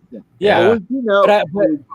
But what we do know is that Zack was going to have Jon Stewart, whether or not he was going to have a Hal Jordan. At least he wanted to. Yeah, I mean, it was always a weird thing because I was told, it's like, oh yeah, he's always been wanting to come back and there's always talks about it. I mean, this is like BVS time, Wow. It was that's what I was told, and I was like, well, shit. Yeah, but it never turned into an actual thing. And then when Snyder just flat out goes, oh yeah, if I had a Hal Jordan, it'd be Ryan Reynolds. It was like, it's like, yeah, there it is. It was such a crazy thing when that happened. Oh my God. It was, oh my God. I mean, of course Garza went off, which is what he should have, because he leaned into that big time. And me, I was just like, yeah. It was, because you think about it, if he did bring in a Hal Jordan in per se a Justice League 2A or Justice League 3, that Mad Max Justice League movie that he wanted to make, who better to show up with a depowered ring and then get their arm blown off than Ryan Reynolds? That's pretty cool. God damn, it would have been epic. For as much as Reynolds makes fun of the Green Lantern movie and the Deadpool movies and other places that are online, there's a part of it is like, if I could just do this one thing over better, and or find a way to like make something good out of it, despite it falling apart. And that's got to be inside of him. Like that's like I don't know what you call it, like a dark spot in your soul that you like want to bring some light to. So I mean, it was where he met his wife on the set of. Yeah, Blake Lively. That's right. Yeah. It's true, but so Reynolds when all that was the problem with that movie. So. But it was just funny because when you're trying to like when like you have these new, I guess you say, players in the fandom trying to convince. I mean, there was like a stream that I was a part of, and after the stream, man, it was just all of a sudden I was seeing the manipulation, and I almost lost my shit. Like I couldn't believe what I was seeing. I was like.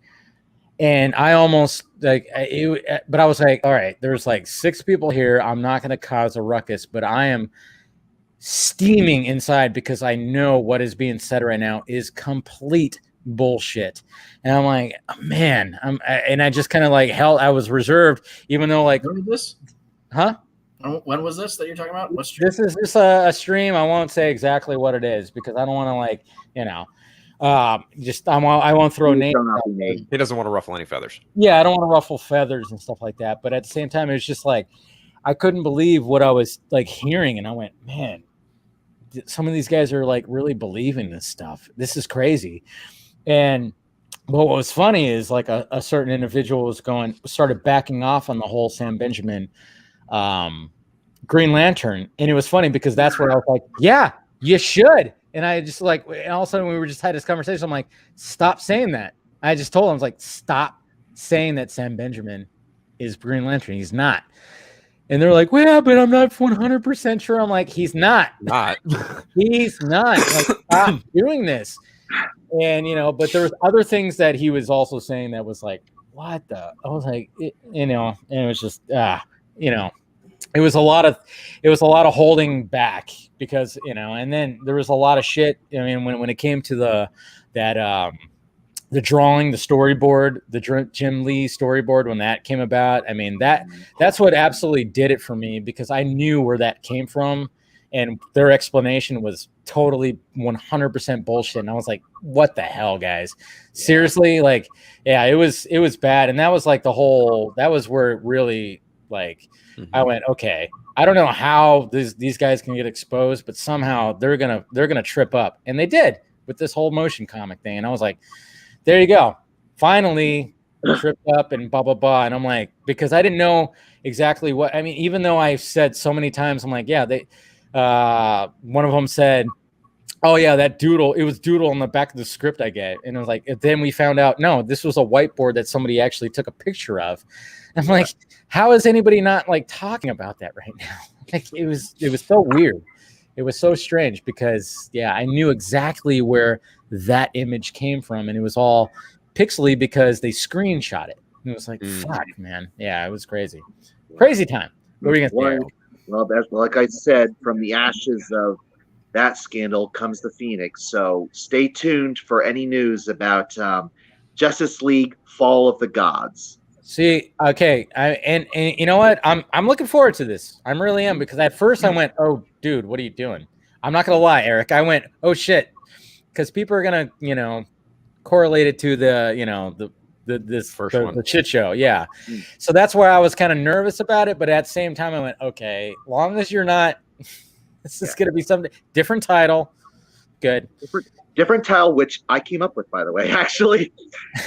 It's because we were throwing titles around, and I thought, well, it would be a nice little nod to Zack because of how, like, with Army of the Dead, he had the whole Guter Damarong, like, which was Twilight of the Gods, like Wagner. So it would be fun if we did something like that. And I came up with 2 ideas. It would be like either Gods and Devils was a possible title I came up with because the devils don't come from hell below us, they come from the sky. I get it. Or we were to do a nod to a Guter Damarong, Twilight of the Gods, we could say Fall of the Gods. And they like Fall of the Gods it is. So there you go. And with that, I was just going to say, Eric, it's funny because I've been working on something myself, just kind of like a pseudo sequel, if you will, like just, kind of, I guess, maybe a spec script. It's called Justice League Odyssey, and it's essentially like how Lex Luthor would put together his Legion of Doom and take down and summon Darkseid. Yeah. It's fun. Sounds great. Nice. No, I mean, that's what's so great about this is like the fact that people can just do that. You don't have to turn it into like this whole big spectacle thing. It's like, I mean, and when you finish that, Philip, I want to read it. I want to read it. Let's talk about it. And same with you, Eric. It's like what you're doing. I want to see. Even when it came to the initial motion comic, it's like, I didn't really back it because of who was running it, but I still would have been. And technically, I would have been a part of it because I was asked about when I had Porter and Snyder on the Vodka stream, and he, before Zach left, he was like, "Oh, by the way, if you wanted to have like a, he said like if there's not going to be any sequels, that's the closest you're going to get is those storyboards." And when he said that, so then I was asked like, "Can we incorporate that?" And I was like, "Yeah, fine. I don't care." Because like, I'm not that much of a stickler. Like, no, you can't use my footage of Zack Snyder saying this. I'm like, no, go ahead. I don't give a shit. But it's like it's not like we're not going to be doing what the old project was. We're just using the old storyboards because a lot of that arc was changed to be because of like how Justice League is. Because like in order to be consistent with Justice League, we're obviously going to have to get rid of a lot of that stuff, especially the whole Bruce is the father crap. You really hate that, don't you? You really hate that, don't you? I know. And of course, but we're going with what Zach has told us with how it is as it is. I mean, we're not going to be kind of the approach that I took was like taking it after Zack Snyder's Justice League is released, but also incorporating a lot of heavy elements from the two storyboards. We are still. I did make one fundamental change, and it was very much to your point. But I will say that there is, in fact, a new Batman, but it is not in the form of the son of Lois Lane. Well, because like what we're doing is like. First, we're going with consistency with Justice League, and we're going with what Zach has said about what the arc currently is. And we're still using elements from the old storyboards that will still jive with the Justice League that we have. So, and we also have some new interesting ideas that were inspired by what Zach said he would want to do with future Man of Steels, for example. To that point, I will also say that there are pieces in my bit that kind of allude to other things that have happened like for example, there is a Cadmus building which is run by a certain other person in the DC universe who has a certain task force, and she also houses this Cadmus building that has like the corpse of Doomsday and like another mother box and things like that. And basically Lex Luthor comes in and says, I want that mother box, and Miss Waller says, this is my facility. And Luthor goes, no, it's not. My government contracts built it. Give me my mother box. Oh, wow. Watch out. Yeah. And I'll say this, like, I'm telling you, man. Yeah. You remember way back, Dave, like, because I talked about my spec scripts, how one of them, of course, was the one that I've done the most on is, of course, a Wonder Woman and Lois Lane script. And you were like, how is that going to work? Well, think about it like this. The funny thing is, there's parts of Zach's old storyboards that are really, I looked to them and I was like, well, gee, great minds think alike, Zach, because one of the Legion of Luthor's Legion is Dr. Poison, is Dr. Maru. So here's the question. How the heck did Dr. Maru, how is she still alive after all these years from World War I and she's still young? Well, the thing is, the plot for my script for Wonder Woman and Lois Lane is that Diana is somewhere, she's in Brazil or whatever, and she sees this young-looking woman who looks like Dr. Maru. Her face is completely fixed, but it's like, is that even possible? And she doesn't want to tell the League about it because for all she knows, she was just saw things, and she doesn't want them to be involved. So who can she go to who can help her solve this mystery without it being made public? Well, she goes to Lois, and Lois says, okay, she tells Lois what's going on, and Lois is like, all right, I'll help you check this out. And that's That's why they're working. That's the basis of it. Okay. Yeah. I just have one real big question from Zach's storyboards as far as, so now that, he changed it, that, Clark is the father to him and Lois's son. So what is the message that Flash tells Bruce when he does go back in time to get Bruce to jump in front of Darkseid? It's the same thing. Lois Lane is key. Just more of that, exact thing. Because remember in BVS, because the storyboards were written before BVS was even filmed or written so what he was saying was, it's Lois Lane, she's the key, and then stops and says, "Am I too soon? I'm too soon." So it was the same message. He just was at the wrong time. So Bruce, if I just remember correctly, those boards were were finished in like late 2015, early 2016. So it was really? right before Batman v Superman released. I could be totally wrong about that, but I think that might be the timeline. Yeah, I think you'd be correct about that. Yeah, yeah. So it's just Bruce just probably it's just more clear to him at that point that if something happens to Lois, that's how they're going to lose. Clark and lose everything. Yeah, because it was probably just more information that Darkseid is coming now. You have to get her out of there now. Something along those lines. At least that's what I would guess. Yeah, it was just, because I do think in that original plot, the idea of Flash telling Bruce, "No, you're the father," is a cool motivating factor for him to sacrifice. I do think so. But the thing is, now a good twist. But the thing is, like in the Justice League we have, he already has that motivating factor because in his latest Nightmare vision, Joker tells him flat out that in order to end all of this, you need to have the cojones to be the one to die yourself instead of her. Exactly. That kind of like, because we always talk about how like, Batman was going to sacrifice himself. And I mean, when he said that, he's like, I was like, oh man, that's going to totally put it in Bruce's head that like, I need to die for, for something to, for things to work out because, oh God, that's why that scene is so good. It's just so good because I mean, like, a lot of people are comparing it to obviously the interrogation scene in Dark Knight, and it's like, I mean, it's the opposite of that. It's all subjective, like what you think is better. I mean, some people might, but I mean, to me, it's just they're up there like almost together because it's like when you talk about Joker and Batman exchanging, dialogue and pushing each other's buttons. Yeah, I would say that the Nightmare there's a more button pushing because they're fucking. They have this history. Whereas like the interrogation sequence in the Dark Knight is really like an exploration of who they are, from an ideological standpoint. This is really a much more seasoned poke your buttons at their history type of confrontation. This is 20 years of fucking like back and forth of why are we still doing this, and they know how to push each other's buttons. But when it comes to Dark Knight, it's fresh. Yes, and that's what's so great about it is that it is fresh because Heath Ledger's Joker is going like, hey, I get it. Exactly. He's like, I get what and I know what's going, and Batman's just kind of going, Jesus Christ, he does get it, kind of almost, but when it comes to the Nightmare sequence, it's like it's 20 years of history where they're going like, isn't this funny? You want to push my buttons? I'm going to push yours too.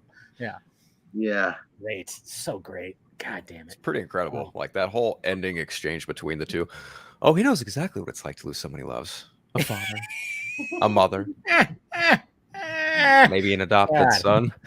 Oh my God. It's so man. God damn it. I'm gonna put on the like muted. I'm gonna watch it after now too, because I just woke up from a nap. I'm gonna be up all night. Studio. I might get more writing done. I don't know. Still enjoy that. Dave, Doug's muted, I think. What? Doug's muted. Doug, you're muted. I didn't do it. Oh, you're good now. I switched over my phone. Did your computer die? Oh yeah.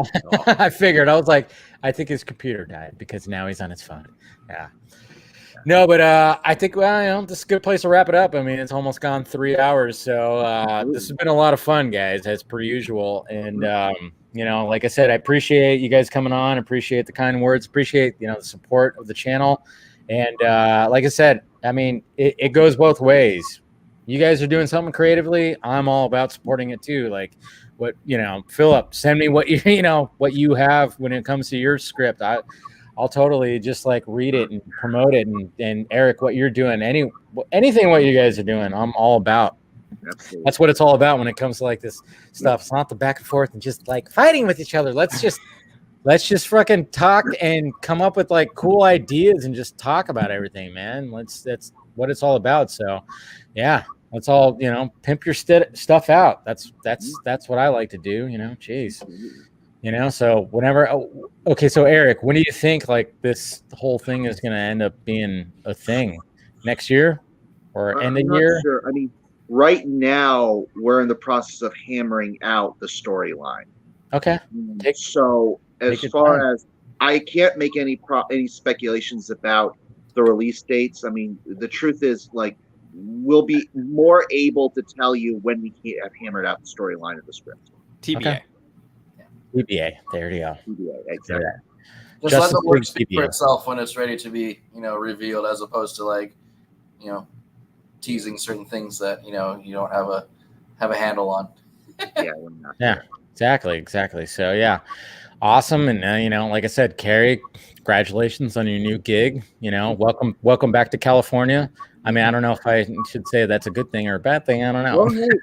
Oh yeah, you're in my neck of the woods now, huh? Yeah. Yes. Right. I'll just say this, Northern California, right there. Right. Well, they are fortunately getting rid of Newsom. So, dude, it's so funny too because I always hear like this radio ad that says like, oh yeah, they're it's all a fucking alt right wing thing. I'm like, I know there's so many Democrats that want him out too, and I'm like, yeah. And the front runner to replace him, Larry Elder.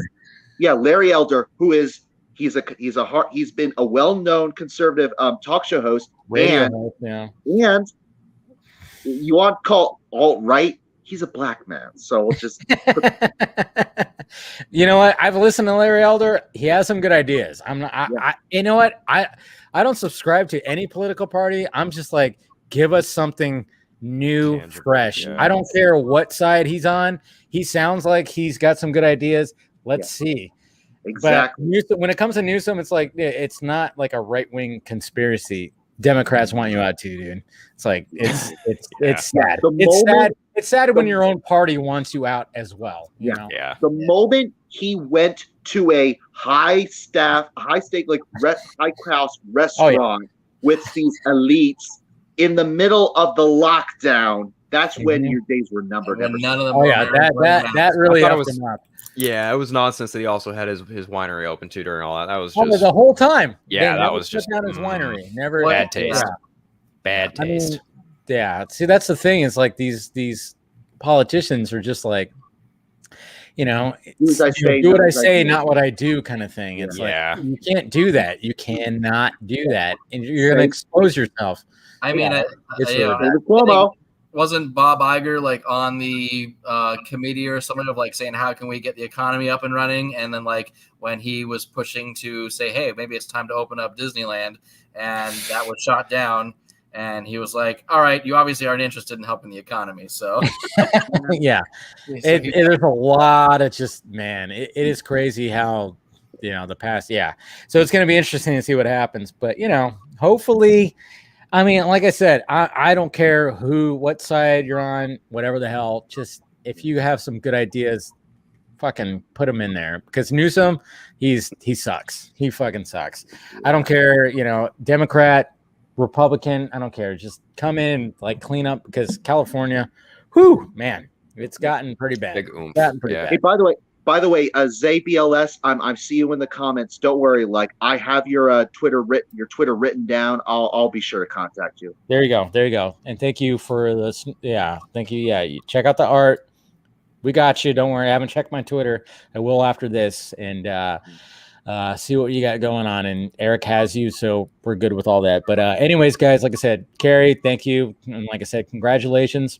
Thank you. Eric, like I said, keep me updated on all the comic stuff. Doug, thank you for joining, man. You know, awesome. You know, thank you for joining again. Always a good time. Thank you for, and then of course, Philip, like I said, share whatever, man. Share whatever. You know, I always like talking to you, man. And it's always been a good time. And thank you for the kind words and thank you for the support as always. And, yeah, guys, thank you for everybody who's watching. A lot of people are really digging this stream. This has probably been the longest Patreon stream. And thank you to William. Thank you to Darren. Thank you to Lane, who all showed up too. Yeah, always a lot of fun, guys. And yeah, we'll definitely talk to you guys later. Yeah.